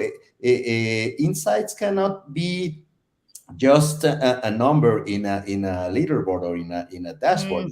It has to mean something to anyone and to take action in terms of that insight, so you can improve. So I think that insight, and Ken just wrote his CX thoughts for today regarding that. You can shout out. What? Oh, sorry. Yeah. Now you can post the link to the. There we go. Yeah. Raul, I like the page you're on there. Yeah. So I totally agree. Yeah, insights cannot only be a part of a dashboard, cannot go alone. They have to be linked to something, and of course, there has to be some action related to that insight in order to be better. That applies, I think, to everything. Yeah, Tom, what do you think? How do you make decisions from your CX? Yeah, so it's actually the best part when you can capture the insights from a certain survey or from a particular touch point and push this back in your organization. I guess what is quite interesting that I'm seeing that more of the insights comes from the open-ended. So you ask about the experience, open-ended. Use the sentiment AI to get the insights because, I guess we all know, so you can ask the scales, whatever it is, about a certain opinion, but people tell you more deeper in open-ended, where you can get a lot of insights, because asking them about the service, about the subscription model or something like this gives you a number, but if you talk about them, you can learn much more about them and really dig into this. And that's why, we are using online focus group to get a better understanding. And what I'm seeing is when we talk to customer is, hey, what they're actually doing with the insights, right? From changing the entire support business inside, hey, we need to train our employee in a better way or focus more on employee experience, because what everyone forgot is we need first provide a great employee experience, because our employees are talking to our customers and this have a direct impact. So yeah, what I can tell you is the best thing on CX is really working on the problems, working on the gaps, using outer loop, inner loop, and keep tracking how this change over the time. Does the customer really see that you are doing something, or is it maybe not published enough, or do you have to talk to customer in another way? So this is a beauty thing on what we can do with insights. I guess what is important that you're using smart measurement, and this starts by a good conducted survey themselves, but also yeah, maybe doing the follow-up. So what I see by different projects, also by B2B one, is that even the vice president was offering, hey, if you're unhappy, let's talk. And this gives actually the customer away, hey, you are really important for me, that even someone want to talk. Because what the companies forgot is, hey, if a customer have a bad experience, you still can fix it. If you show them, hey, we are interested in, we want to fix this, we understand this, because also customer forgive you. And I guess closing the loop is a fantastic experience for customer and to measure this. Yeah, that's awesome. Shibani? Yeah, no, I agree with everyone, right? One is that's the easiest thing to do. Right? No, but your decision making has to be based on your insights, right? You can't have decisions that are not driven by your data. But one thing that we encourage our customers in APAC is to really pull in all of that transactional information as well, along with, so that you can look at the survey responses along with all of that information. So, you know, an example of a company, I worked with an e-commerce company here in APAC, and they were really prioritizing their delivery partner assignment based on the way their competition was doing and based on the market share of those delivery partners. This went on for a while, everything was fine. And then they launched their CX transactional study, and for the delivery touchpoint, the scores were really low, right? And you know, they looked at the data, and then they very quickly realized the delivery partner was getting the lion's share of the orders. They were actually scored really poorly by the customers, right? So it turns out the e-commerce company had most of their customers in locations where this particular delivery partner had a poor network. So they just made that change, which delivery partners handles what project, and their NPS score went up by 10 points the following month, right? 10 points. Oh. So, right. So unless you're able, if they weren't, you know, sharing all of that transactional information, you're not going to be able to slice and dice their data. They were not going to be able to arrive at those insights. They would have just, you know, assumed, okay, my delivery touch point, that's the NPS, and let's see how we can improve that. So that's really a huge point on decision making. Unless you have all of that data, you're not going to be able to make the best decisions. So you need the data in the first place. Yeah.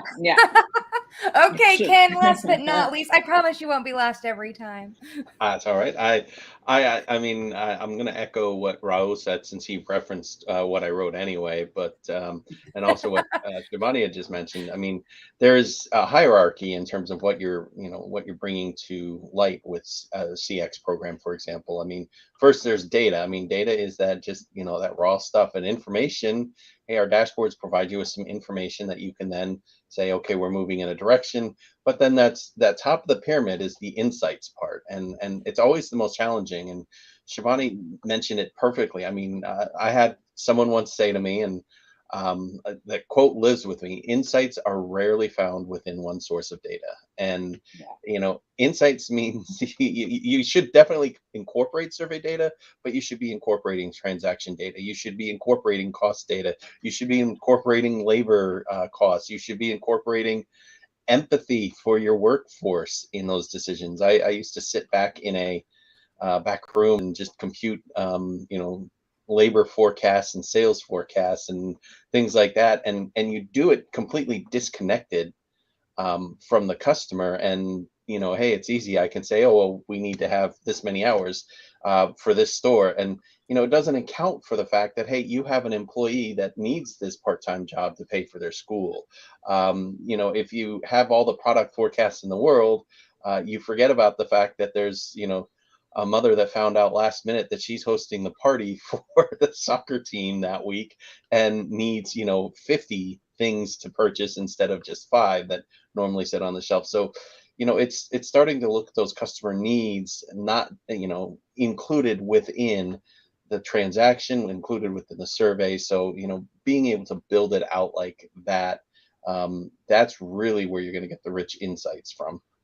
Yeah. So thank you so much. You guys were 2 questions in. We even got a comment I'm going to throw up in the screen to begin with. But if you're just joining us across Facebook, YouTube, Twitter, or LinkedIn, we thank you so much for coming to Spring XDay CX Tuesday. And if anybody saw a little wink, wink, nod, nod to Ken's Tuesday CX thoughts, this was not an accident that we are on Tuesday.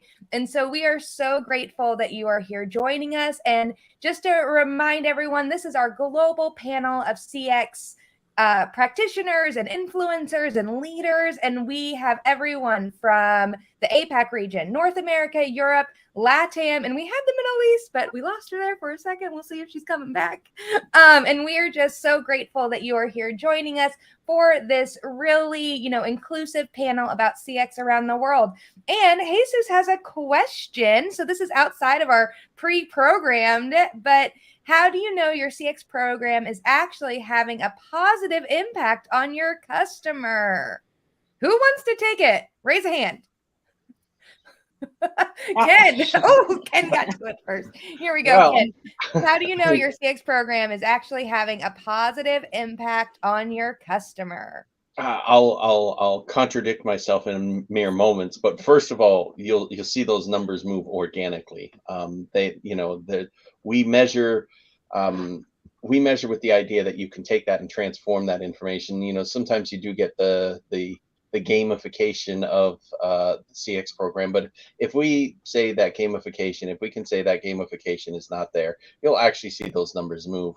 But the other thing that will happen, your sales will go up. They will. I promise you.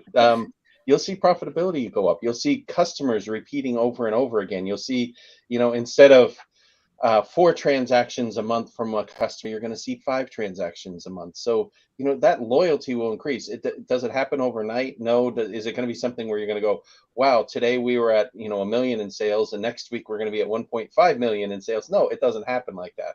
It takes time to sort of lead that in and, let them acclimate to the fact that they're loyal to you. Loyalty doesn't happen overnight. It doesn't happen with one coupon. It doesn't happen with, one big promotion. It happens with a consistent delivery, and you see it pay off in all sorts of ways. And by the way, you'll also see it pay off with your employees. When you have customers that are more loyal, your employees become friends with the customers, shall I say, for lack of a better word, and they'll treat the customers better because they see them over and over again. I've seen it operate B2B. I've seen it in retail. I've seen it even in big airlines, things like that. So interesting. Anybody have an alternative take? Is there a time where you don't actually see impact? I'm assuming it's when they do it wrong, but I'm just asking. See a negative impact then. They will let you know, actually. Yeah, trust me, they will let you know that. Well, Jesus, thanks so much for the question. And if you are listening, make sure that you also enter to win our experience giveaway. We are giving away a masterclass in Obey Fitness or an Airbnb experience gift card. Airbnb, now, this is not sponsored by any of these. I'd be glad to be sponsored, but it's not. We just want to, reward something, just like Dana was talking about, surprising and delighting, giving something that we don't require anything back from you except that you fill out the survey, because I wouldn't know how else to contact you. So make sure that you go ahead and scan that QR code and enter to win. We will announce at least one winner at the end of the day. But don't worry if you're not online, we will also be sending out winners through email. And Ken, you're controlling this experience right now with the slide deck. On to the next. Here we go. Experience versus customer. Locally, do you weigh too much on experience and not enough on customer? I'm going to start with Raul. Okay. Yeah, it's a very good question. Where do you know when are you measuring experience versus customer? I'm not sure. I think that it started as I mentioned. Companies are starting to learn or starting to think that like Tom mentioned earlier that as a customer satisfaction survey every year or every 6 months is not the best way to learn that if you're especially giving a special attention or a very good experience or really satisfying or delighting your customers. So I think you should measure or you should think that every part of the journey is a very a good opportunity to measure something. So then you can have a whole picture. We talked about insights. Yeah. So have the transactional data, the data, the rough data, and ask them. And another thing that I wanted to add about, on the previous question is that customers love to talk. Dana mentioned it on her chat earlier this morning. Customers love to talk. Customers love to tell you about what they're going on about, even if it's bad. They will tell it. They will say it louder. But when they are happy, they are also very happy to share their thoughts and tell you what they are feeling. So I think there has to be a balance where you measure how is it going with your customer in every part of the journey or in most parts of the journey, and then act in consequence. That's what insights give you. Then they're telling you what they're giving you a score, and they are telling you the reasons of that score. And then there's I think where you can balance between experience and customer. Oh, so really listening is like kind of what Dana was saying earlier, is if you don't just operate too much, also listen. Tom, you want to expand kind of on your thoughts around this? Maybe even a perspective from Europe? So I guess I'm interested if there's any experience in a different region, because I truly believe that this is always the same. Like Peter Drucker was saying, you need to listen to your customer and they will have a great experience. And this is really what I'm telling to our customers. You need to listen to them, and this could be a transactional base, but we have also a lot of customers who are doing, the expert community, the fan community, where they really have hardcore fans, but also loyalty customer in it. And they will tell you, I'm talking on a regular basis with customers. They gave me great insights, and we have a fantastic management team who are really interested in listening to the customer. And this experience is something what makes them the customer experience unique, and which I can highly focus. It's definitely an extra mile. It's not easy. But if you're doing this, you will be the winner in your market. I guess my follow-up, Tom, is I have a little follow-up is, do you have a lot of B2B customers who don't listen to their customers? Because it seems like what y'all are saying is like your customers need to listen to their customers. Yeah. So, yeah. Oh, well, anyways, that seems backwards from a CX program. Okay, Shivani, what do you have to say on this? Yeah, are you sure you don't want to get Ken to go last again? Oh no! I'm sorry, Ken. I really enjoy you as a human. I'm sorry. No, Shivani, let's roll. All right. So we do see that happen sometimes in APAC, right? Where you're going at face value of what one is, you're going at face value of what the customer says, not really what is being implied, and two, you're just going with what the industry is doing, what your competition is doing. If it works for so and so company, it has to work for us, right? Not always the case. Sometimes customers lose out on that.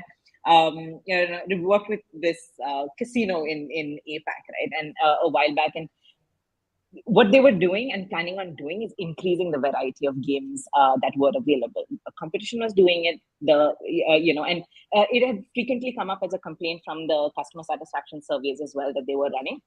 So it's a massive investment, right? So, but before pulling the trigger, they deep dived a little bit into the data, and what they found is such a high correlation between the people who wanted more games to be available and those who rated ease of finding the games poorly, right? So it just turned out that they didn't really need more games. All they needed to do was to improve the signage. Such a huge difference in the investment for the company. That's literally all that they did. They just improved the signage, they improved the layout, and that helped their scores, right? Not up by 10 points on NPS, but it definitely saw a huge impact on the scores, and they did. So if they had just gone with directly what the customers were saying, not going that one level further just to understand why are they saying this, what are they saying? It can be from other questions that you have in your survey. It can be from, like Tito mentioned, the importance of the open-ended, Thomas mentioned the importance of the open-ended data that comes in and delving that, just to understand what are the reasons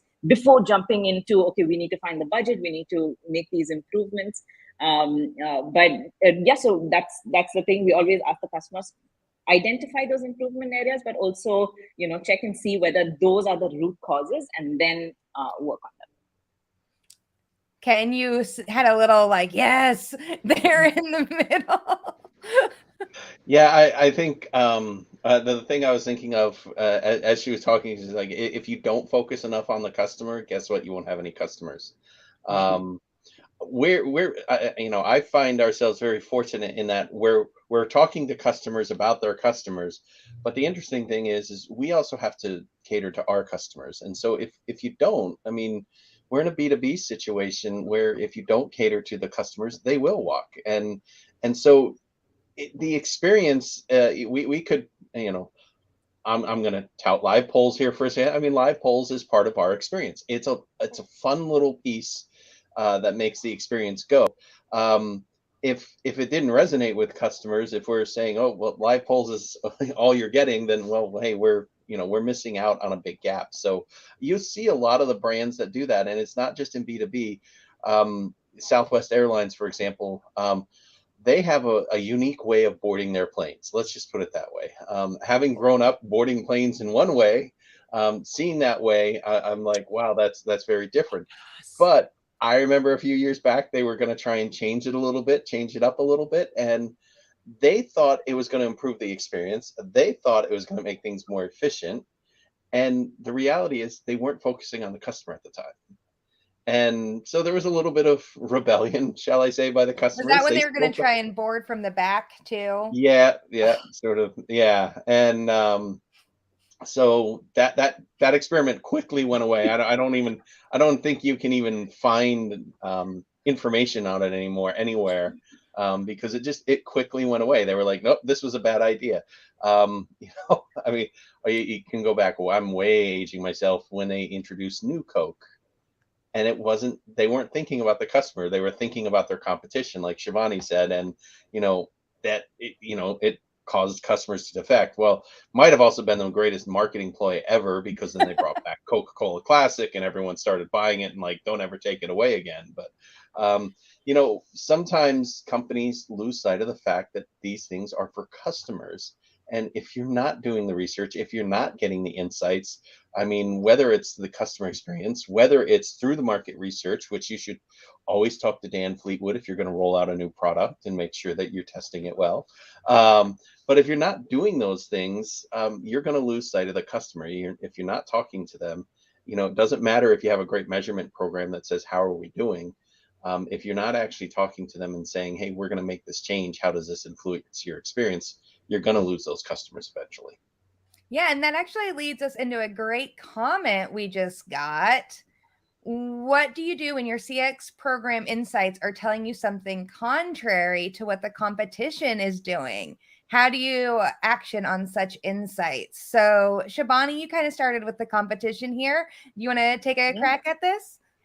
Yeah, when something is going completely different from, let's say competition here, or even what the business was expecting, what you can do is see if you can roll it out on a small scale, right? See what the impact is, do an A/B test, see what the impact is, CX tech product, our CX platform allows you to do things like that. You can, make those improvements in only those locations, see what the improvements are, making sure that, the investment is worth it, that the decision is right, your customers are agreeing with this change, and then roll it out on a larger scale. So that is something that you can do just in case you're not sure that is the best option. Sometimes your customers are going to be telling you things and then they don't really mean it. So it's always best to test it out first. Tom, thoughts? No, I totally agree on this. And it's not always the competition, because everyone is focusing what the competitor does. I guess everyone also have their unique customer group where they should focus on, because what I'm seeing is, people doing CX because their competitor is doing this. Because of, they want this, or they say, hey, we also want to have now embedded survey or the NPS in the email template. I guess what is important to listen to the customer, and you can get inspired from the competitor. It's always good to know what they're doing, but focus on your business is my advice.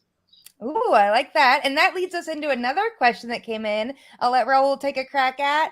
What challenges of running a CX program when they're led by insights? Smiley face.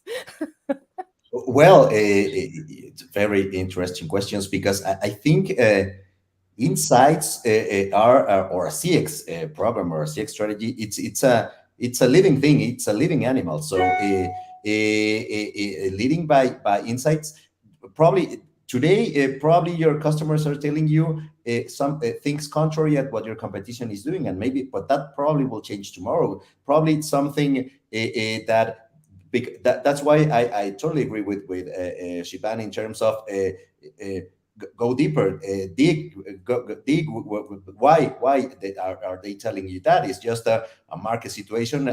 Your competition is doing something different, or you did something different, like Ken mentioned with on the Coca-Cola case. So it's always a living thing. So I guess you have to trust on the insights. But you have to trust on the rough data as well. There has to be a balance between the two areas, the numbers, and related it with the insights, with what their customers are really telling you, because that's where the reasons are for what they're telling you, or what they're giving you scores and on no matter what. So I think you have to do both, and be aware that insights and it's a living thing, that they're gonna tell you different things depending on even their personal situation at that moment. For sure. Okay, Ken, on to the next. Man, you guys have so many good nuggets. I was already thinking about like how we're gonna turn this into a blog post, how I can make video content from all of your guys' little insights today. So we're gonna change things up. Ken, you gonna go first. What are some CX trends you've seen that are influencing business across the world? I've seen a lot of trends come and go, some good, some bad. I think some of the latest ones, we keep hearing the AI is going to change CX, and oftentimes, it's going to change CX. But we see this over and over again. I mentioned earlier the fact that some brands are starting to sort of ignore their customers in favor of the bottom line right now, and there's a business reality to that, and we all get that. But sometimes that comes back and bites people. So then they say, oh, well, we're going to put AI chatbots on our call center. We're going to make it difficult for you to get in touch with a phone center rep and things like that. So these trends will come and go, and they'll go up and down. And we see it all the time. I think probably the thing that stands out to me in a big way, and our good friend Jonathan over there at Anthrolytics talks about it a lot. It's called digital empathy at scale. And it's really being able to find that point. So many of your customers now really like self-service. I mean, maybe we've trained them to like self-service, but there is a certain amount of embracing it that, you know, customers can go in and, you know, whether it's tracking a package or shopping at the grocery store, you can go in and sort of just, you know, I'm not in the mood to talk to anyone today, so I don't need to talk to anyone, and that's great. But really identifying that point when, you know, you need to intervene. You know, if someone's scanning their own groceries at the store and then stops for 2 minutes, that might be a flag that says, hey, someone needs to go pay attention to this person, even if they don't call for help. Right.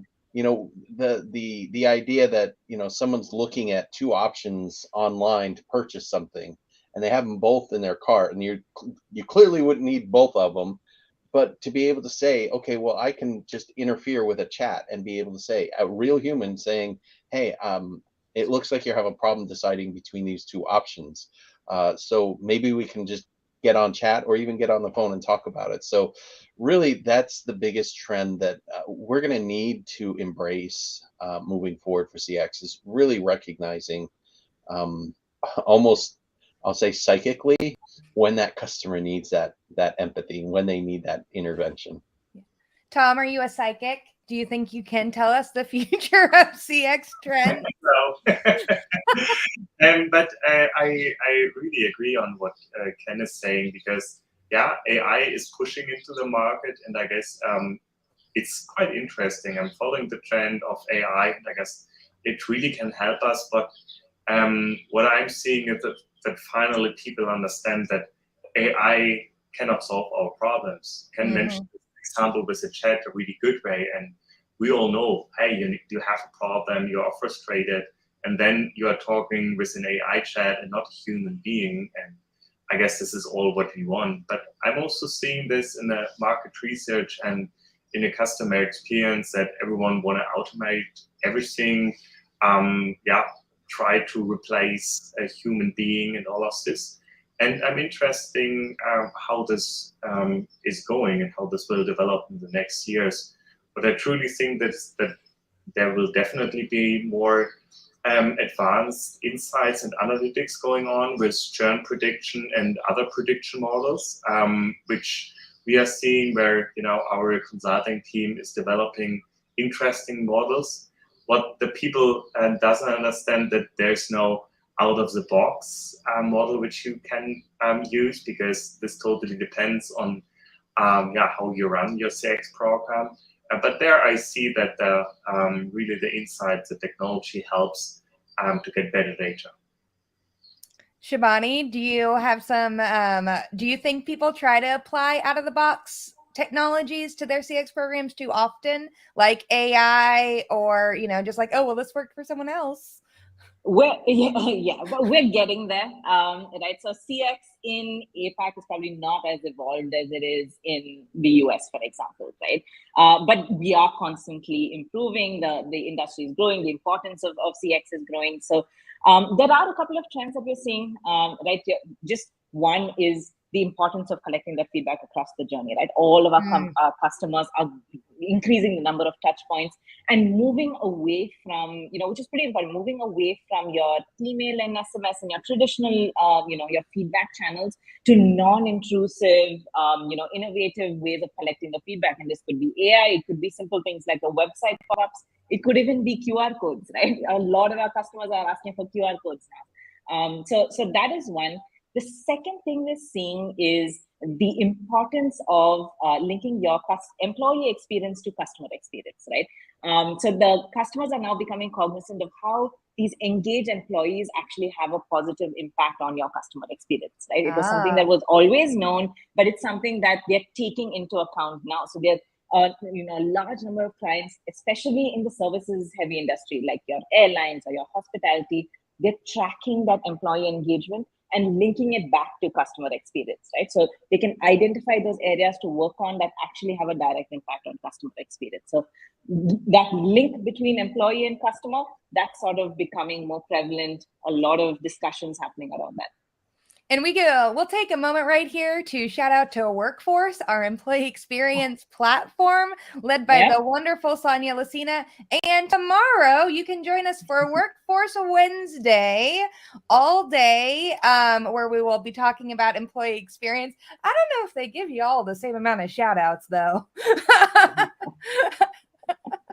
And Raul, what kind of trends are you seeing as the CX kind of, takes more popularity across businesses? Yeah, well, I see that I agree with all of my colleagues on in terms of that the use and abuse of technology in terms of having access, or our customers having access to our company. I think that all of, and I had a conversation a few months ago with another colleague in a webinar, and it says that all of these all of this that happened during the pandemic, talking about empathy and the interest for our customers, and to be let them know that we are on your side and all of that. Don't go back to what you did before that. Don't go back to not listening to not being close to them, and that's something that is happening. So technology is also increasing the levels of personalization with some things, but we are losing it in some other ways. We have a customer that listening to their customers. It's a bank in South America, and most of their customers are elder citizens. So they understand that the importance of the phone, or of the telephone, that they want to speak to a human. They don't, they're not familiar with chatbots. They're not familiar with SMS or WhatsApp or stuff like that. They want to speak with somebody. So they have this contact center with a very engaged employees talking to this kind of citizens, to this kind of people, and their NPS is a very high number, and they're an example in their community, at least in the financial industry. So I think things like that is that we need to see technology enables you to do things, to establish action plans, but you need to think about the customers, what they really want. So I think that companies are going on that trend,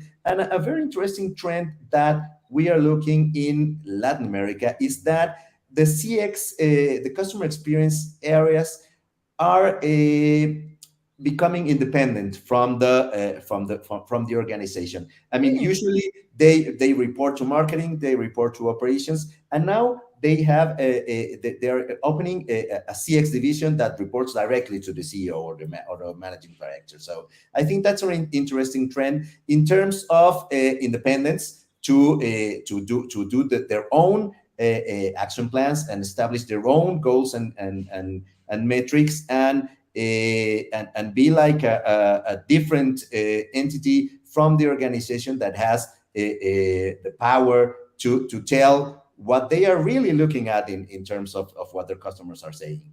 So I think that's an interesting trend that we are seeing more often in Latin America. That's awesome. And we were talking about that kind of globally, all the CX departments really finally having initiative to just make decisions instead of having to roll it up through marketing, through this, through that, and really being able to say, what the CX programs are doing. If we can move faster to help our customers, that will make a difference in their experience, in our bottom line, and with our employees. So that's awesome, you guys. Thank you so much. And now I think we have on to our last but not least question that we're ending kind of on a dramatic note. When programs fail, what happens? Where have you seen that customer experience programs fail? And do they, I guess, another way to kind of frame this is, do they fail the customers? And what happens when you kind of have to, resurrect something, or just, I guess, like call it a day? Shibani? Yeah, unfortunately, CX programs do fail, and they do fail their customers, right? So the most frequent failure that we see is failing to upgrade your processes to match your tech, right? So we have customers who set up this entire loop closure feedback system, and they let their customers know, the ones who have complained, right? They let them know, I will get in touch with you in 24 hours with a resolution, but then they don't. Right? So it's easy to implement a tech solution, but processes have to evolve in tandem with that tech. Because your customer's already angry, right? They've taken that time to tell you what is wrong, and then no action is taken. So an already really unhappy customer could become a very vocal unhappy customer, which is going to really be bad for your business. The second thing where we've seen it fail is that, you know, companies build out these complex nested surveys and measure every possible metric, and you know, but they don't act upon this rich data that comes in, right? They have these elaborate phase 1 and phase 2, and they deploy all of these touch points, and then that's it, right? Once the data comes in, no one is responsible for acting on it. There aren't any, you're not tracking improvements, and you're not really linking them to business metrics, right? So really not leveraging the immense benefits that is buried in your data itself. So, which is really unfortunate. It's kind of what Raul was talking about, like if with the bank, if they were trying to send out SMS messengers to the, you know, the elderly generation, then that program would ultimately fail. But because people are using the phone, which, Lord help us, the phone's coming back, like, then, you know, that really can help that grow. Tom, failed programs, thoughts? So I guess, like I mentioned on the early beginning, I saw customer experience programs fail when they really just was thinking of how to measure this, but totally forgot about closing the loop. But also if they do not get the support from the management, because then they cannot push this into the organization, because if you run customer experience or voice of the program, then if you want to listen to your customer, you need to change something, right? So if you identify the problem, you need to change something. And if the organization is not willing to change, so then you can have the best program or best prediction or what else, but you will fail. And the other thing is, if you're really thinking in different silos and don't have the departments connected, have a clear leadership, so then your CX program will fail. Ooh, okay. Ken, failure, is it an option? Some might say failure is toward success, but not in the case of CX, I'll say. So I think they've all made great points. The one that stands out to me, and they've sort of talked about it a little bit, CX programs fail when you focus on the number. If your whole goal is just to improve an NPS score, that is the focus, and you're not focusing on the customer. You're not trying to improve the experience. That's how you get those, you know, if you don't give me a 10, they're going to fire me. I'm going to lose my job. My wife's going to divorce me. I will never see my kids again, and I'll be living in a van down by the river. You know, that old line, you know, and so too often, you know, that becomes a focus. And the second part, and it's sort of tangential to it, is sometimes the focus just becomes on launching that program. Like, it's such an undertaking to build out a CX program for an organization that sometimes they forget that, you know, it was already mentioned, but they forget that you have to take action. Once you get the program up and running, that's not the destination. That's the beginning of the journey. That's where you start. And I think the third thing, we've talked about it over and over again, you know, it's you need to generate insights towards action, and you can't do it in isolation. You can't do it in a silo. You can't, no matter what you're collecting on your survey. I'll say NPS Plus is terrific. It's a great tool. It allows you to get that root cause. It allows you to get some churn risk in which you can, you know, get some of those insights. But until you can tie that now back to the customer, I mean, are you going to respond to every customer that costs you money, or are you going to want to respond to customers that are profitable for you? You know, you can't do that without linking the insights with your internal data, bringing something to light that you can make real decisions based on that. And so, you know, those are the three big things that I say. I always see them fail. And last but not least, Raul, what are your thoughts I think I agree with everything that all of you guys just said, and I would add just a very famous movie line that comes when talking about these programs to the senior leadership is show me the money. And I think Ken just mentioned it earlier today that trust me, if you do things right on a CX strategy, your sales will go up. You'll have better customers. You'll have customers recommending your products, and that's where the money is. That those programs pay for itself when they have an adequate and a positive return on investment. So in order for that, you need, of course, you need to listen to your customers, get the data, get the information, get the insights, and prioritize and take some action, change some processes, change products, change whatever you need to do in order to make your organization more customer centric, and that will show off in terms of better results, in terms of financial results, and I think that's where you can show your CEO, your CFO that this works. Here's the money. Here's where the financial positive results are. I love that. Well, that was our last question. And so I know we've run a little over, but you guys just are such a plethora of knowledge, and I love it. So if y'all can give me one final takeaway, what's your ultimate CX recommendation for practitioners out there? If they can only do one thing, what do they do? Start. Just start. Just start your CX program. Yeah. Okay, we're gonna start this. We're gonna do this just like we did at the beginning for an intro. Shibani, give me your 5-second takeaway.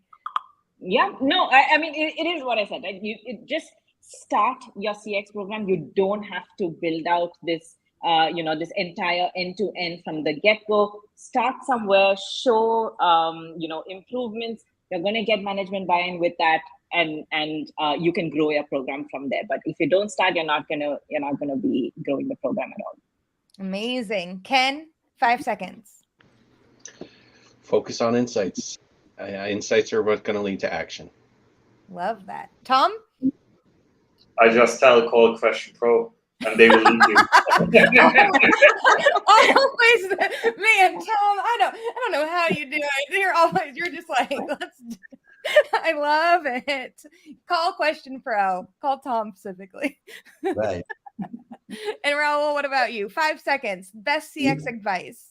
Yeah, I would say start listening to your customers and start with the little things. Don't eat the whole cake. You're gonna get sick. So start with little things. Have those first little hits and show them that this works, and keep moving on. Awesome. Well, sorry. Thanks so much for joining me, you guys, and for bringing us a CX global perspective. If you're joining us across LinkedIn, Facebook, Twitter, or YouTube, make sure to follow all of these guys. I know that they're pretty active on socials. They would love to chat with you, as Tom said, especially if you need help with your CX program, your insights, or even how your employee experience program can influence your customer experience. Thank you so much for joining me, guys. I'll see you later. Bye.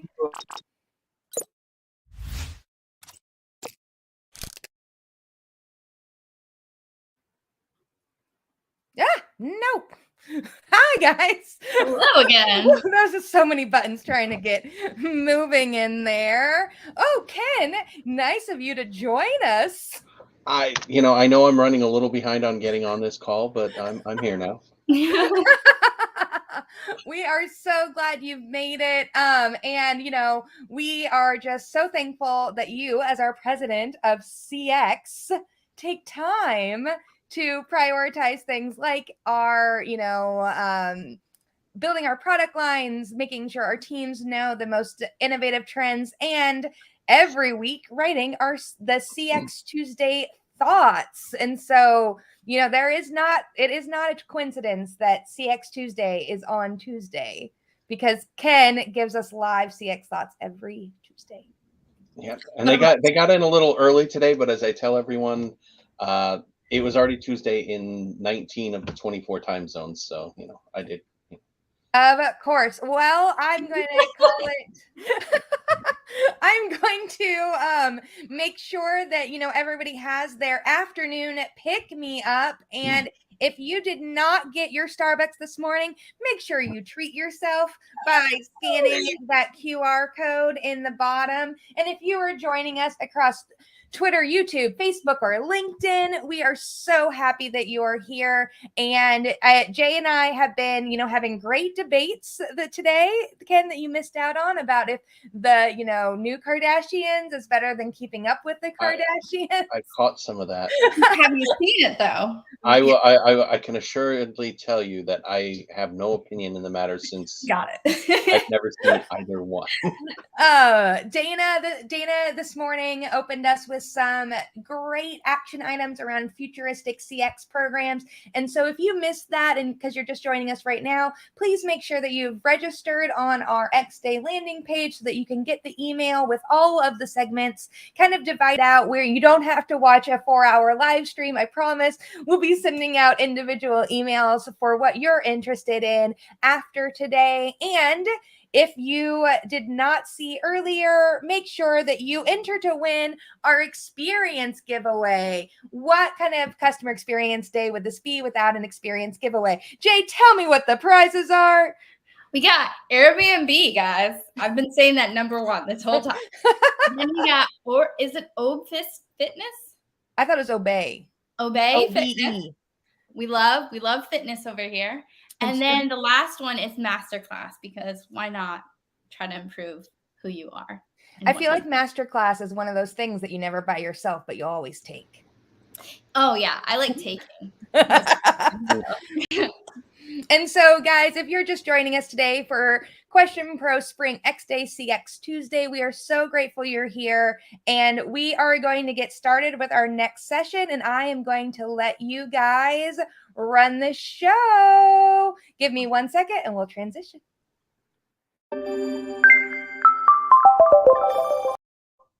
All right.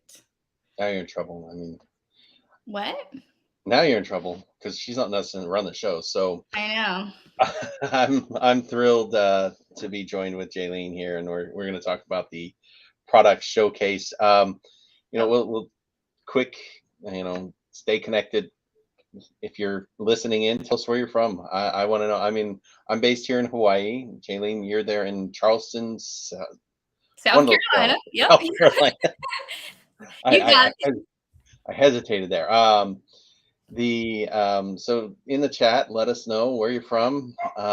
Let us know if you have questions. I think you know both of us. I'm head of CX. I sort of lead the product build out and some of the ideas behind it, bring it to life. And this is Jaylene. She's been working with us for about a year, a little more than that, actually, a little more than a year off and on for some things. And we're happy to have her on the team joining us today. And we'll be talking about some of the product enhancements that we made. I've sort of split it into two parts. I've split it into sort of some feature upgrades, and then the second part I've split into sort of some big applications that we're rolling out. Some that you may have seen in parts before, but really looking to enhance those and bring them to life for you here today. So you might even get to learn a little bit more about some personality characteristics about us. Yeah, that we'll save that for a little bit. So I'm going to run through just a few slides here, just so you can see what we're going to talk about, and pay attention during the particular time of the feature of interest for you. We've just really had a great year in rolling out some things. We rolled out a custom metrics grid, which was part of our custom metrics measurement tool, and we'll talk about that a little bit more. That rolled out last year. We added some enhancements to the grid. We've added manager product search and functionality. We made some great improvements in the Canvas API, so the responsiveness of data is much faster, much better. we included a custom scoring screen. We'll talk about that in a little more detail. No longer do you have to depend on the CSAT variable or the NPS variable for your benchmark metric. You can actually leverage any variable within a matrix, for example, a matrix grid. So this one, everyone, as soon as I say survey shell for JavaScript scripting, I mean, people like eyes glaze over, and it's actually pretty powerful. So we'll talk about that and what it means. It really helps you personalize the surveys, whether it's via email or via anonymous token, and then relabeling of reporting filters, and then Arabic sentiment analysis. I know that's going to only apply to about 2% of the population listening today, but globally, it was very important for us. Mm-hmm. And then the other part, I mentioned 2 product applications. Now, we talk about closed loop feedback. We often talk about it in the context of, tickets, inner loop, as we would call it, if you understand the broader closed loop feedback. So we're going to talk about the outer loop, the more strategic side of it instead of the tactical. And then we're going to talk about our new platform called Reputation. And that is going to be a lot of fun. I am very excited for these 2 personally. So outer loop, as I mentioned, it's going beyond. I mean, we talk about detractor alerts, custom alerts, CX tickets. It goes beyond that. It's taking those root causes and really building plans around them. And we were just talking in our panel discussion about, where programs fail. And it's like you fail to act on insights. And that's where programs fail. Yeah. So when it comes to closed loop and, the inner loop features, why do I need this? What is this going to do for me? Outer loop. It's actually going to help you grow your business. Because if you take a look, I always like this one example. It's a rental car company. I rented from them every week. Mm-hmm. And one week I had a bad experience, and every week I got the survey. I was traveling same city back and forth, and had the one bad experience. I noted it. I put it on the survey and said, "Look, this could be improved. I want you to help your customers be better at this part." It was a one-time failure, but I never heard anything. That was, I basically got a form email that said, hey, you can take, I think it was $25 off your next rental or something like that. And it was like, all right, first of all, the company's paying for my rental.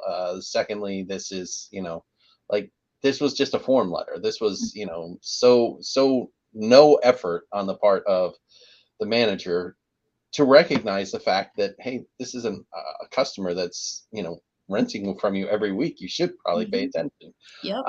So this happened for probably 12, 14 weeks after that. I just decided I'm going to put a negative score in and see if someone was going to contact me, because I never heard back. So I kept doing it. Never heard back from them. So I just gave up on filling out the survey, because all I kept getting, I probably had, a dozen or so $25 coupons, but I never heard back from anyone. And the name of this company. I'm not. I won't disclose that. But I mean, so it was just one of those situations that they were doing closed loop. I don't think they were doing it correctly. But if you had seen those piling up, if you had seen complaints about the same thing over and over and over again piling up, that's when you can take a broader action. So it really benefits the company, not just to respond to individual alerts, but to look at the root causes behind those alerts and say, we can fix something here. I mean, it might be a payment process. It might be a service issue that's systemic across the organization because the tools aren't there. So Outer Loop helps you discover that. And so with most organizations, there's always like a sense of hesitancy in bringing in new features or new products. How would you say the challenge for implementing Outer Loop would be for an organization? Well, the great part is it's already integrated into our QuestionPro CX platform. All you have to do is in our menu, and I'll even show you how to get there. But all you have to do is jump there. I think the bigger challenge now is advocating for that change, Yeah. which means you're going to need to assign a team. You're going to need to bring those teams together, and they're going to be cross-functional. If you have a problem with a payment system, you're probably talking about bringing in IT. You're probably talking about bringing in finance, probably talking about bringing in someone from sales, all together in one group. And these are groups that don't often work together. It's not like, oh, well, hey, sales and marketing. Yeah, they work together quite a bit.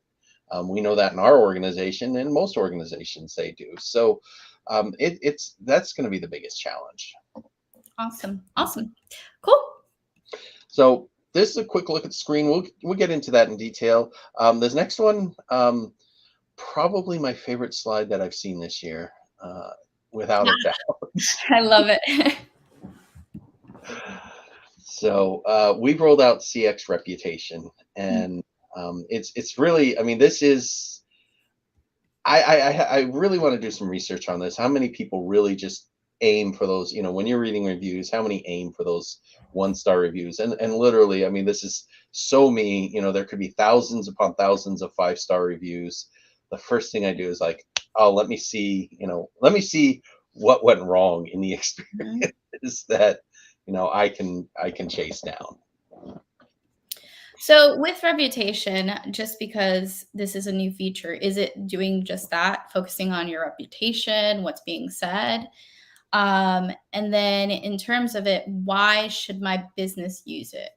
Yeah, it really focuses on, you're right, it does focus on sort of the broader conversation out there. There is conversations going on beyond your CX survey. And I mean, let's face it, you cannot control those conversations. I think there was I believe it was Chris Berman on SportsCenter used to say, you can't control them, you can only hope to contain them. And that's true in sports, but it's also true when it comes to social reviews. And like I said, so many people will just jump in and start reading these reviews. And if you're not part of it, if you're not responding to these reviews, good and bad, it's going to make people think twice about using you. So the business can really benefit, because you might have people that just jump because of the 1 or 2 bad reviews that seem to everyone upvoted or stick out or something like that. But at least you have the chance to respond using Reputation. And, first part is awareness that someone said this. The second part is now taking action on it. And that's where Reputation will help. So fun question. Do you look at the 1 reviews first or the 5-star reviews first? I absolutely look at the overall score and then click on the 1-star reviews.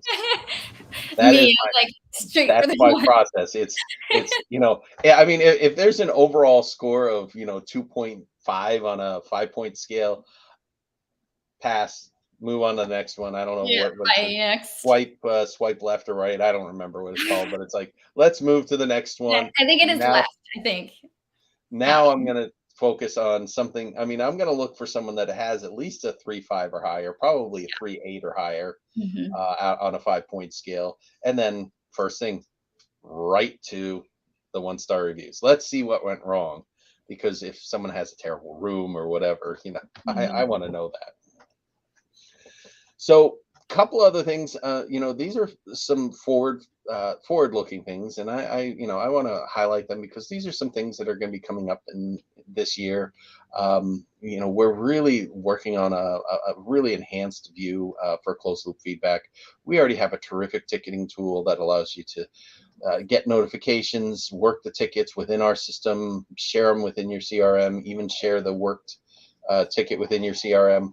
But we want to make sure that we enhance it and bring the best to life in how people read it. And that sort of corresponds to what we're doing with our mobile app as well, really streamlining it for the purposes of the field team.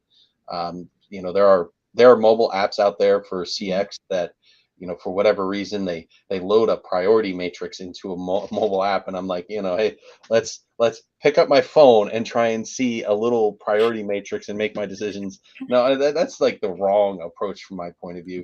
That mobile app is really for those teams that are in the field that have to work with the customers to be able to quickly jump on things. I mean, imagine a customer's walking out the door and responding to a survey, and as soon as it responds, you're notified that, hey, they had a really negative response. You can get them before they're in their car Yep. and Yep. be recovering it. So we want to streamline the app, make it easier, sort of really focusing on the key points there, and then be able to respond within it. And then the last thing, I mean, we're constantly enhancing our dashboard.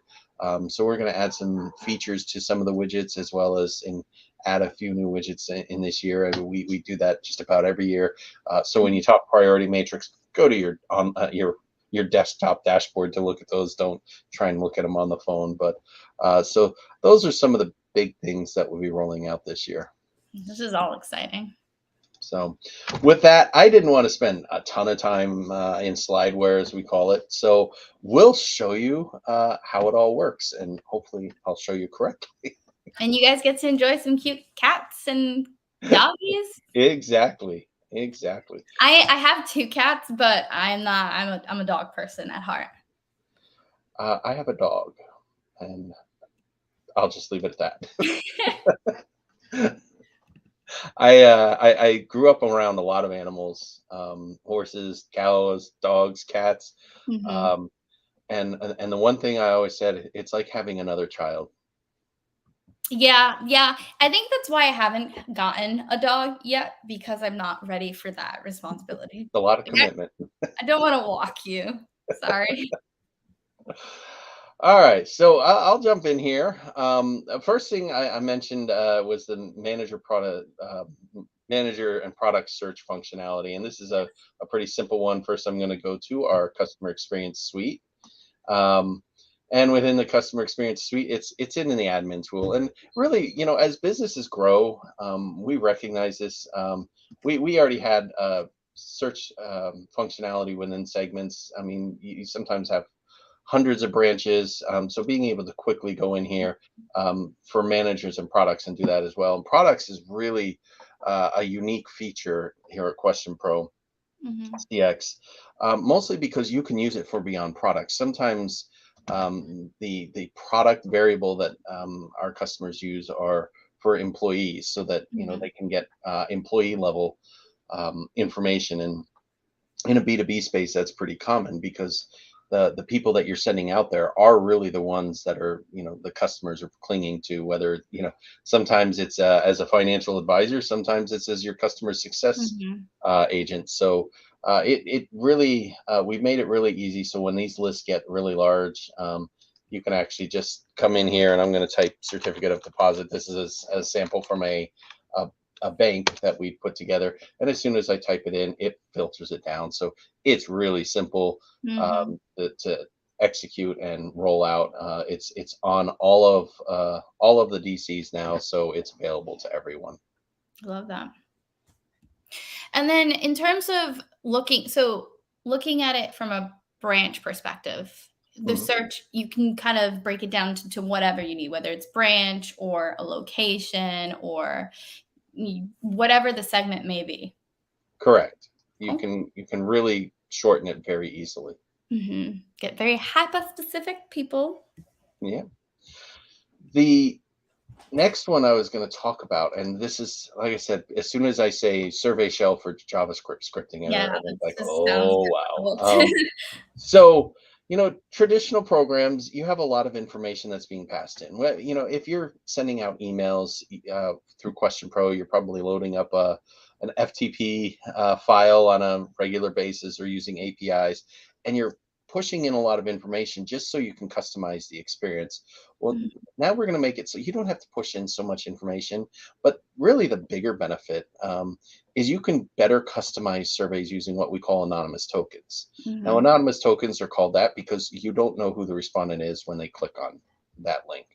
So we offer these links, and all they're tied to is your reporting segment. It might be your bank branch, it might be your store branch, it might be the division that they work with in the B2B organization. So when you click on that, all that you know about this customer is that they got this link from that branch. And I'm gonna highlight this information here and show you this.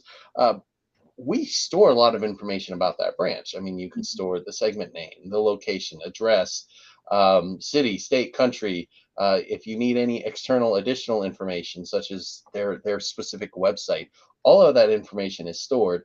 But previously, if you wanted to include that with the anonymous token, you basically had to sort of write custom code into the anonymous token just to get that to happen. So within that, we can really go in here to the survey, and I'll just pull up the example here. It's just a line of code just to be able to pull out, hey, here's the address. So I now can include the address in here. And if I go to my anonymous token and deploy it, all that information shows up right here. And so it says, hey, would you like feedback on your Allentown branch? Instead of just instead of just a segment sitting in the background, you have the Allentown branch, you have the address. Any of that information that you saw in the segment is available here. Yeah. Do you have any unique user cases for this, or use cases?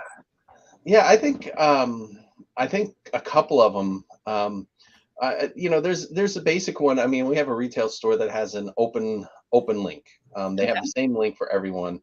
So as soon as they we don't know where that customer is coming from. It's just, they could have gotten it from the website. They could have gotten it from anything. And the first question we ask is, what location? Well, now that we know your location, we can route you right into a survey. So it's tied to that branch, and then tie all that information, be able to ask all those questions.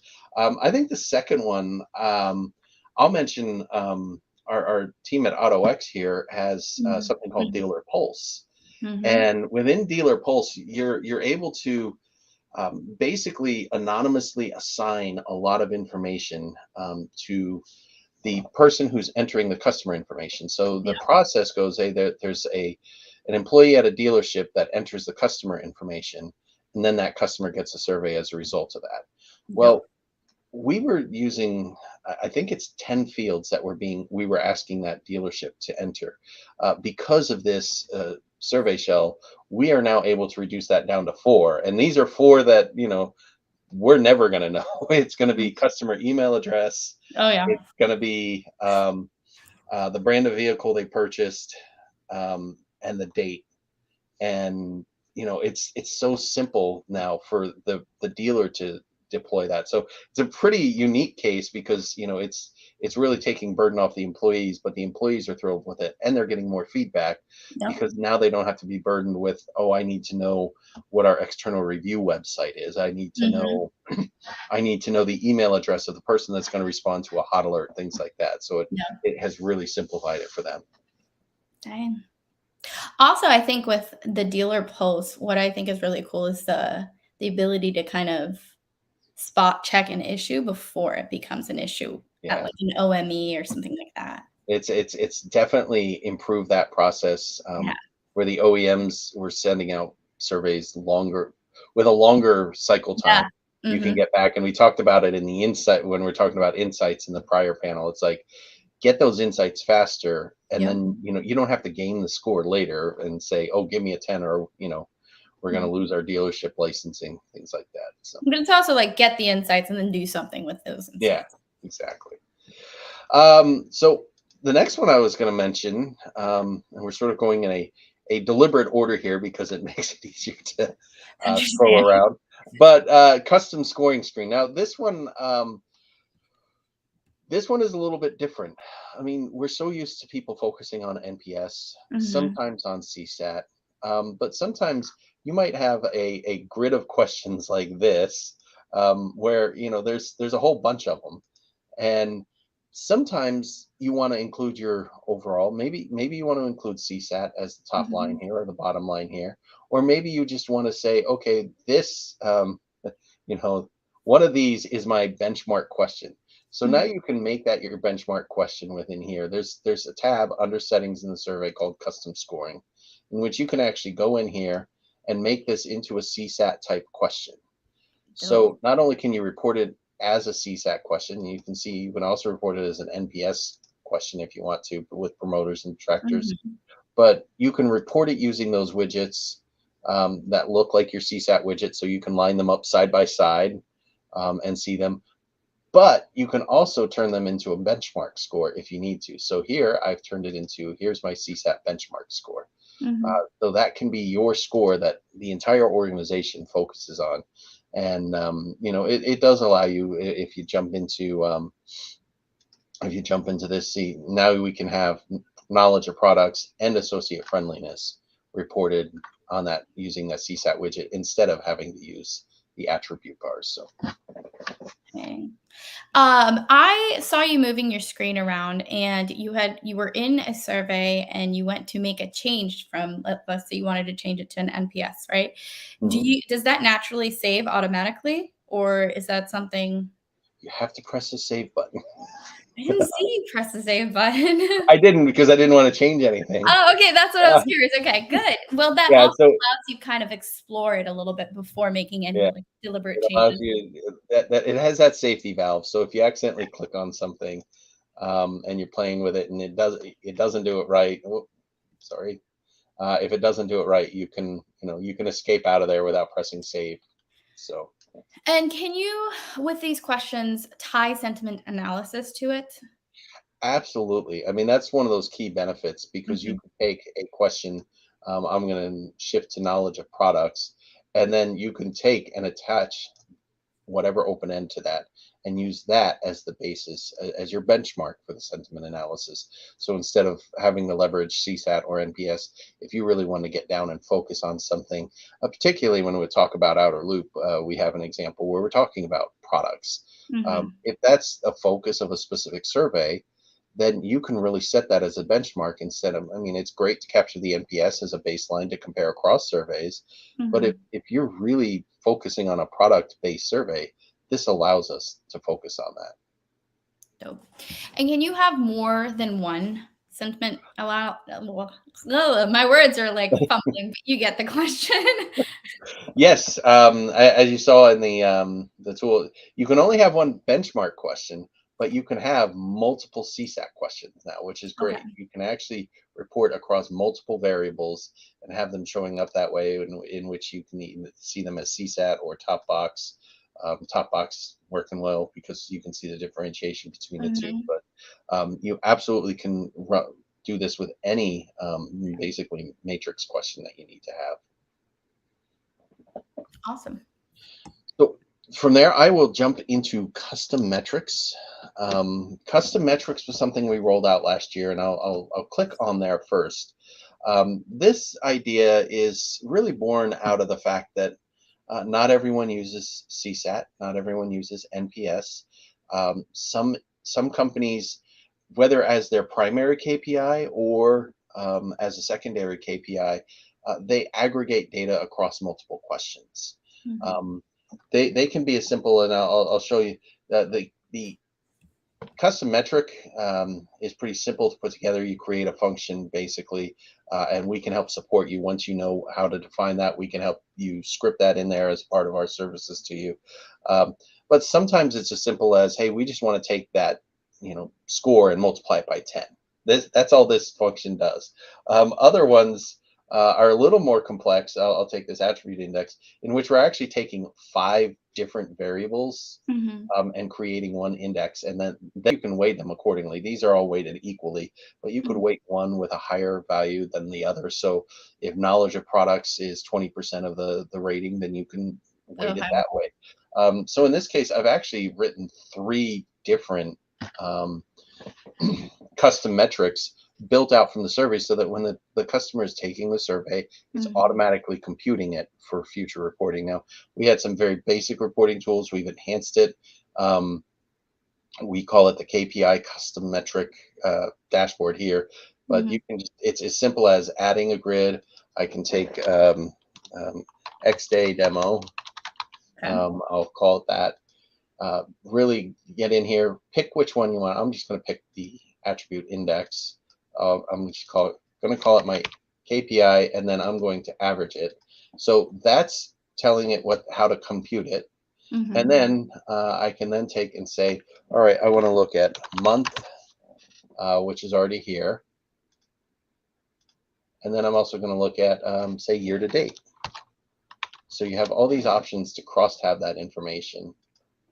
And when I save it, here's all that information. So I'm looking back 1 month.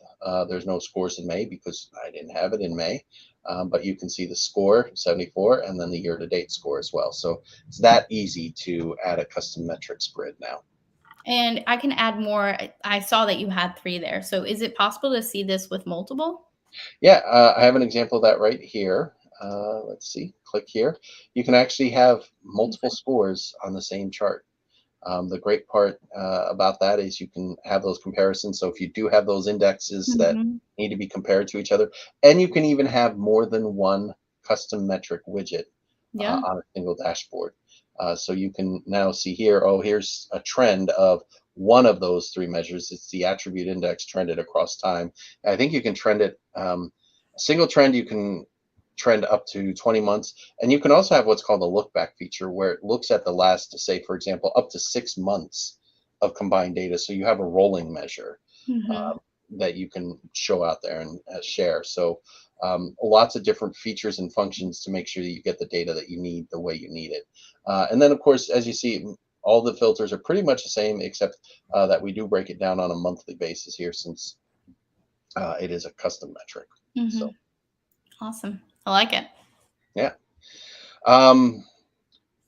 There is a new API environment for our Canvas widget. Now, if you're not familiar with our Canvas widget, it is a custom view of your data. It's really not intended to fill in gaps. I mean, you don't want to take, we don't want to take something like this chart and say, oh, I want a custom metric, but just show it so it doesn't show the responses. Sort of, we're not leaning towards that. It's not supposed to be the end all, but it does require some development and ongoing support for such a widget. But we have built out several of these Canvas widgets, which are just unique to an industry or an organization.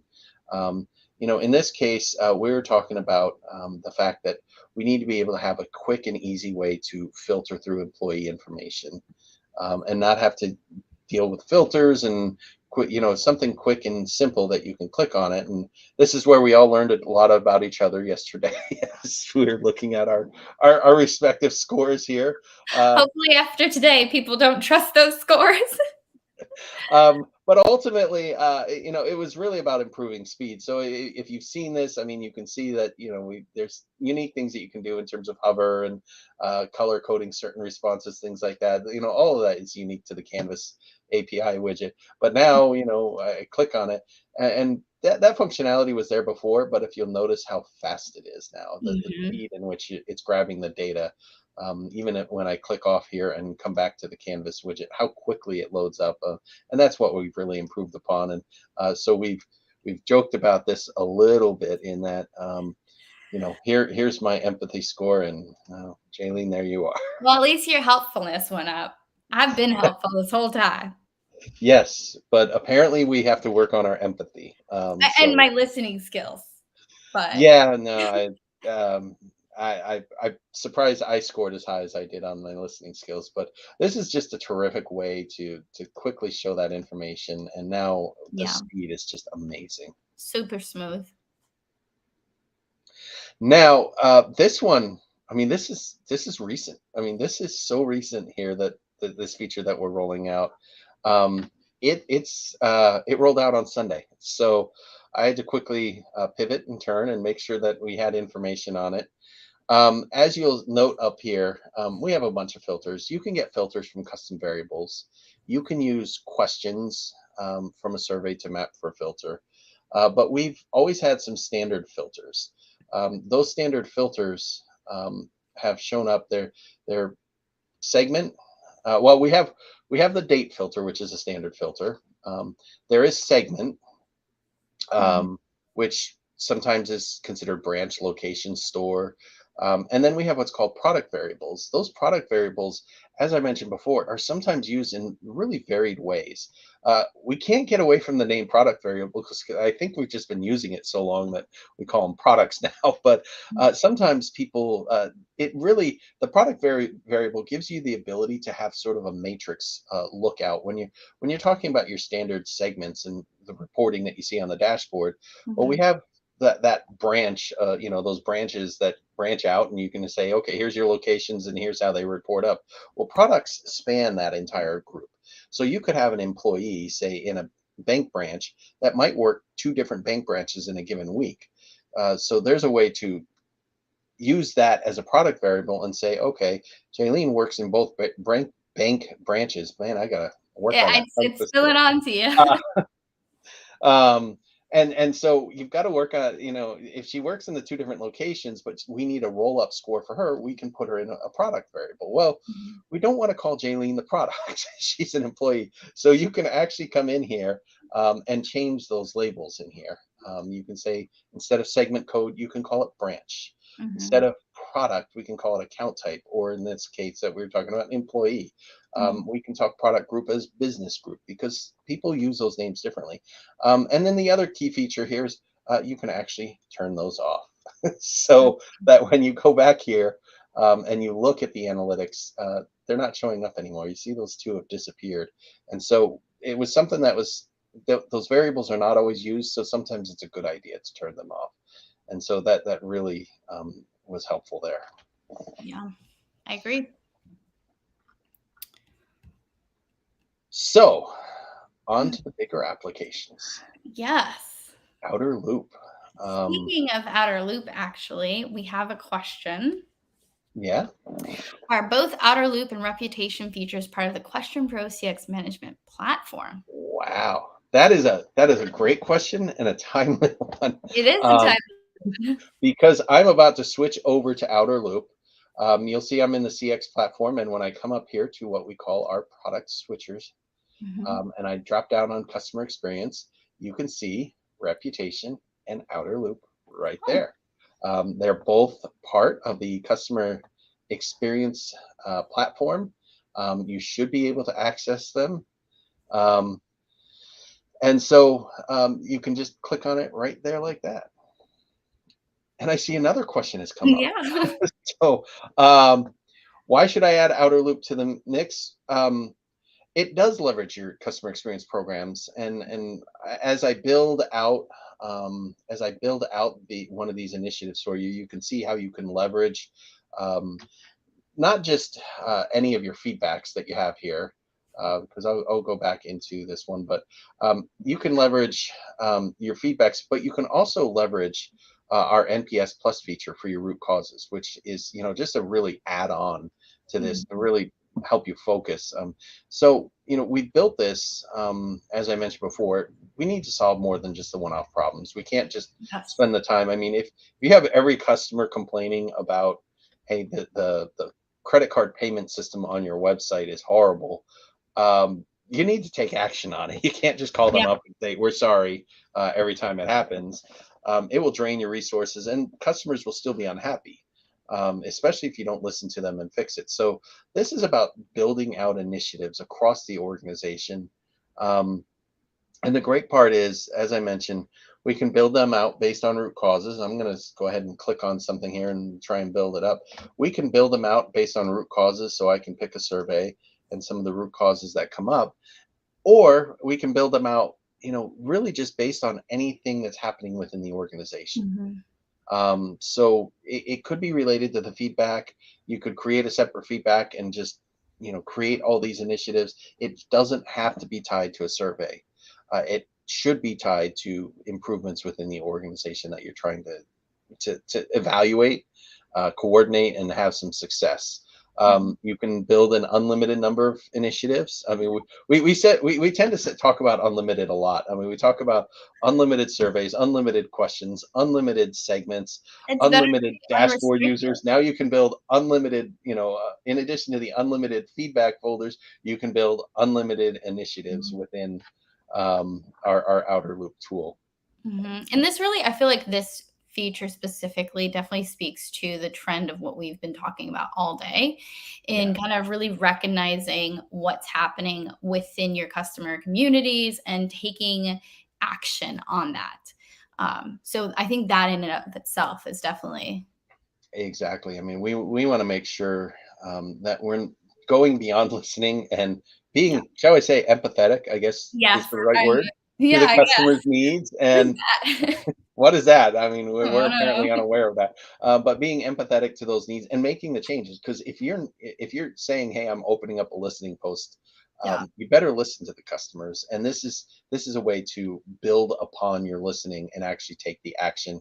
Um, and it's again, because it's all tied back to your customer experience program. You can see it's tied back to the metrics there, the root causes there. So I mean, I'll walk through one of these initiatives. You can build the owners, you can build the contributors. I'll open up with one of these here. Is You can say who's involved, all that. I'm assuming there's similar to how you can have unlimited initiatives. You can kind of have unlimited, or is there like a number on the users, the people involved? Yeah, there is no limit on the people that you Love involve, and in fact, you can involve teams. You'll always have one owner for an initiative. There's there's a simple case study in business that says as soon as you have two owners, nothing gets done. And Yeah. I can talk about that in terms of I know businesses where they have two owners and nothing gets done, or if you have something as simple as a task, it's Mhm. like, oh well, I'm going to hand this off. I'm just assuming Jaylene's going to take this, and Yeah. Jaylene's sitting there. I'm assuming Ken's going to take this, and so you do have the one owner for accountability, but you Mhm. can include an unlimited number of people, and you can also tag teams that need to be involved. So if you need to tag your finance team, if you That's need to really good too. tag your product team because Mhm. there's an issue with the website showing certain product prices correctly. Hey, you can involve both of them, and you can include as many people you want, and you can add on it later. And so it really is comprehensive for the entire organization. They don't have to be they don't have to be in the CX platform. You can add them as a user specifically for this. Yep. Just the benefit. Yep. Okay. So, oh, sorry. Go ahead. No, please continue. So once you have the initiative, you can really set up a work plan. You set up a series of tasks, and this tasks can be building. You can add a new task even while you're moving forward. This screen is very easy to look at. Mhm. You can say, okay, here's the different phases that we have, the checkpoints as we call them. You'll see the summary here. You'll see any comments. You can add comments, broadly speaking, here. Mhm. And then, of course, there's the tabs across the top that we have, such as huddle, metrics, activity, and overview. Can you go into what the huddle is? A little Yeah, bit about? yeah, absolutely. Huddle is the idea that you can sort of keep track of the conversations that are happening. Mhm. Pull people together. I mean, we all have these collaboration tools now. So, Mhm. pull people together and say, hey, we haven't talked on this. We just need 5 minutes. You don't have to pull the formal meeting, but hey, and maybe it's you, me, and we're going to pull in John and talk about something really quick. You can record the notes here. You can say, okay, we met on this date. And discussed huddles. So hey, why not? So if you had teams there, it was You would select the people. you'd select the people. If you had team support, then you can save it, and it's there, and it's recorded for all time. And the other part of this is we can say, are things going the way we want them to? This is Mhm. sort of the subjective view of things. We have an objective view that you can take, but from a subjective view, you can actually change the health and say, well, we're sort of we're missing on some points. We don't have the right resource. We need, whatever it is, we can say, okay, here's some of the things that have to happen. It's really a good way to, I'll call it. There's two health measurements that we have, and you'll see that in the screen Mhm. when we talk about the initiatives at large. But there's so much more here in terms of being able to look at the activity. I mean, you can see an entire history from inception to where it is now. Even the little, hey, we changed it from past Mhm. good. And then be able to take a look at the overview. Perfect. You beat me to my next question. So I need to see each of those. Yes. Yes. Okay, so let's say I'm at my company. I've made 1,000 initiatives, and now I'm just run with initiatives. What do I do? in that Well, situation? there are two steps that we can take here. First step is really organizing them. We have what's called lanes. We have these lanes built as years based on when they started. You can build lanes based on, is it a product? Is it a finance? Is it, is it an in-store frontline issue? Is it a corporate issue? Is it a distribution issue? So you can create all these lanes. Sometimes you'll have those that are active. Sometimes you'll say inactive. And then of course we have the third category, which is celebrate because you closed it out. You did the activity. Yes. We're done. But there's, as I mentioned before, you can actually see the status on them. There's a little exclamation point here, or the red one. That means it hasn't been worked in, say, I think this one, it's like 1 week, or this one's been 15 days. You can actually set those settings here in the settings feature. And then you can see, the health, the mood of the program, the objective. So I say this is the subjective, the objective and the subjective together. You're seeing it all at once. But when you look at this one view, hey, you're seeing it one way, but we have different ways that you can look at it. Of course, you can take and say, okay, here's a list based on those lanes, so you can get into the detail. But this is probably one of my favorite views. Because you're talking, when you set up that initiative, you can talk about the impact and the effort associated with it. So you can actually see how many initiatives you have in each quadrant, or straddling the line of a quadrant. And then if you have more, if you want to see the details on it, you can say, okay, these are the ones you're working on, and you can click right into it. So really a lot of ways to help you organize and keep it straight. You can also look at progress. So you can see, hey, these ones were doing terrible, Yeah, but at least we made some progress in one. So you can actually see the trends and what's going on with those trends within that. So, and then there's just the basic list view. If you just need to say who's the owner, let's see who's owning it. And so, hey, we have 2 without an owner. So we now have a new employee that can take those over. Let's assign those. So, being able to look at them from all those different perspectives really helps with that. Wow. Okay. I think that was pretty in depth. Yeah.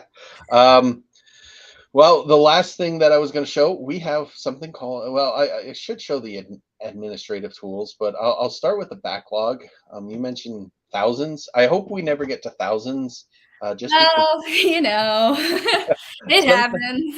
Sometimes focusing on too much lets you focus on too little. But we also have a backlog, rather than having to provide all the details. But if you have an idea that's hey, I think there's something that we can do with our store cleanliness. So let's let's tag it, let's type it here, put in a description, and then we can save it, and it shows up in what we call the backlog here.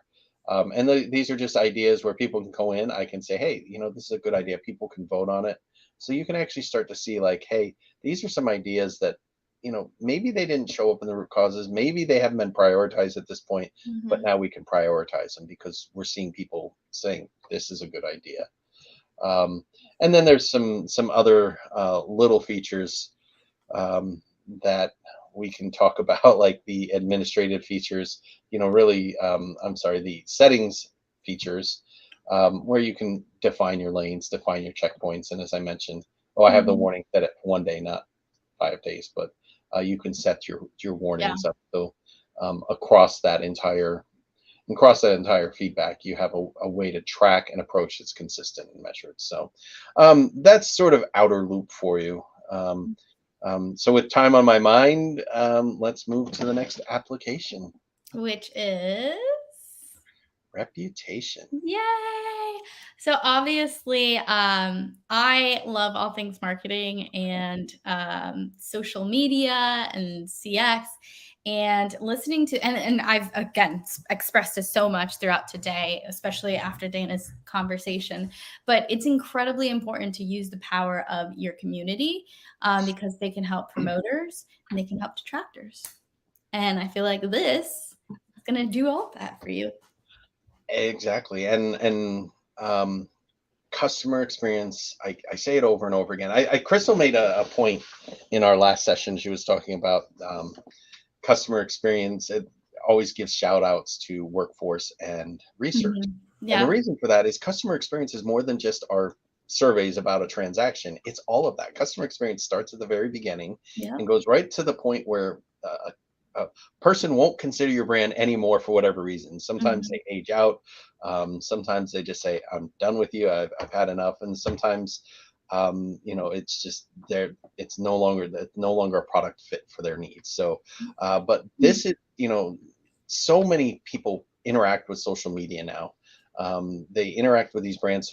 And if they don't have an outlet such as a survey, hint, hint, you should always have a customer experience survey, but to give feedback. But if for example, I didn't get a survey that time, who do I talk to? I mean, they've made it, if I wanted to just complain about something, calling a phone number is not going to do anything for me. So sometimes I feel like, hey, I need that attention, and they feel like they need to express it, whether it's a good experience or a bad experience. Just bringing that experience to light, and people seem to focus on those negative reviews. But this is also a way. I mean, I look at that 4.6. Oh, that's a good score. Oh, Okay, this is great. Let's go. There's 582 5-star reviews. What am I going to do? I'm going to look at those 20. But it, more importantly, it's a chance to respond, both good and bad. You can respond. You can say thank you to someone for giving you a positive review. That enhances that experience even more, that you listened and you cared enough to listen. So. And then, when we're taking a look at this dashboard, you really can, it's a quick overview. You can see, hey, things are trending up and trending down over time. We never like to see the trend down, but we'll get there. But you can, it's just a quick snapshot and overview, the overall ratings accumulated across all these different review sites. But more importantly, you can get down here and look at some of these trends with regard to sentiment. So what if I wanted to look a little bit more into that sentiment? Yes. Give me all the details.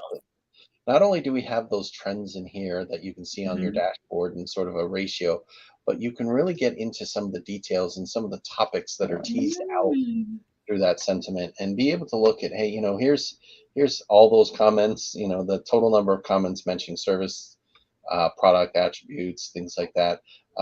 You also have the positive and negative broken out, and then you can even drill down into more details about things. So, when you talk about something like, let's go to product attributes here. When you talk about the usability and functionality, how strong it rates on that, and you can see how many people are commenting on it. So you can really get down and drill into some details. We talked about it before, turning these into insights, so that you can help your organization improve for the customer. So if we started to see something like functionality start to trend towards negative comments, we know that we have to make a change, or that a change has been made that has been negatively impacting something. So, that really is an opportunity to improve for an organization. And then again, we can get down to another level of detail, and I'm just going to click on here, this second tab here, where you can actually get into all of the reviews and look at them one by one. The thing that I'm drawn to immediately as I see this is it's reply. You can reply right then and there. Well, that's really helpful, actually. Yeah, you can. There are some sites that won't let you reply outside their site, so you can take them and it targets them right to that particular review, so you can reply on their website. Much like a ticket, you can say, okay, this is new, active, or I've closed it out, I've responded, whatever it is. You can assign it to people. Again, just like you saw before, there's not a limit on the number of people you can assign it to. So yeah, I mean, if you have a social media person, you can just kind of assign it to them, right? Add it to their list, and then of course adding tags. I mean, how important is that to be able to filter through this? And when you're starting to search, and we have a tag search here, being able to filter through that list. And so the other thing, there are some where you can actually reply inline. So this is a response on the Google Play Store. I have no idea what that says, but you can write a comment right back to them from the website, never even leaving our reputation website. But we also have templates where you can say, hey, thank you so much for your response. We're really glad you're positive about what we're offering. And so you can do the reply just there. And so I sit here and I'm looking, I know we're running short on time here. So I just, one of the things, like I mentioned, you have templates. You can come in here. You can create your own templates. right here. You can add as many as you want, unlimited. We love that. Unlimited tags. We have so many integrations that you can use. We have some standard integrations, including with QuestionPro, but and then if you have something like review trackers, you can pretty much integrate with so many organizations like that. So the integrations are there. So we're really happy with this. We're really pleased with what's come about from it. And like I said, if you really want more information on this, we're happy to talk about it. Definitely feel free to reach out to me. You can find me on LinkedIn. I literally just a few keystrokes away. Today is not my day for speaking. Yeah. And so I think we answered all the questions that came in, but I know I really appreciate everyone sticking around. We're really happy to talk to you more about this and answer your questions and how the combined programs can help your organization. So Jaylene, thank you so much for joining today. Thank you. I really enjoyed this conversation, and thank you, everyone. Thank you.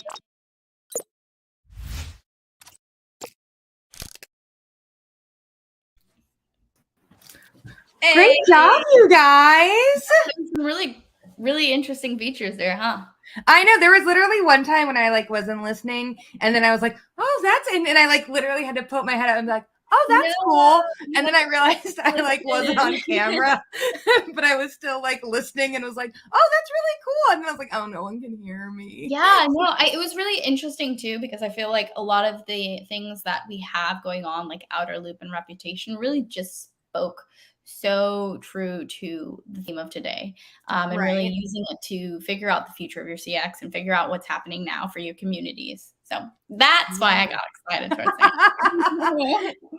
Well, oh my gosh, we made it 1 o'clock on the dot. Thank you everyone who has been with us. We have been live streaming for 3 hours and 15 minutes. And Jaylene and I just also realized I did not eat breakfast and did not eat Same. lunch. I haven't eaten at all. I was like, why am I so hungry? But we are so grateful that you guys have joined us. Look, up your refresher right now.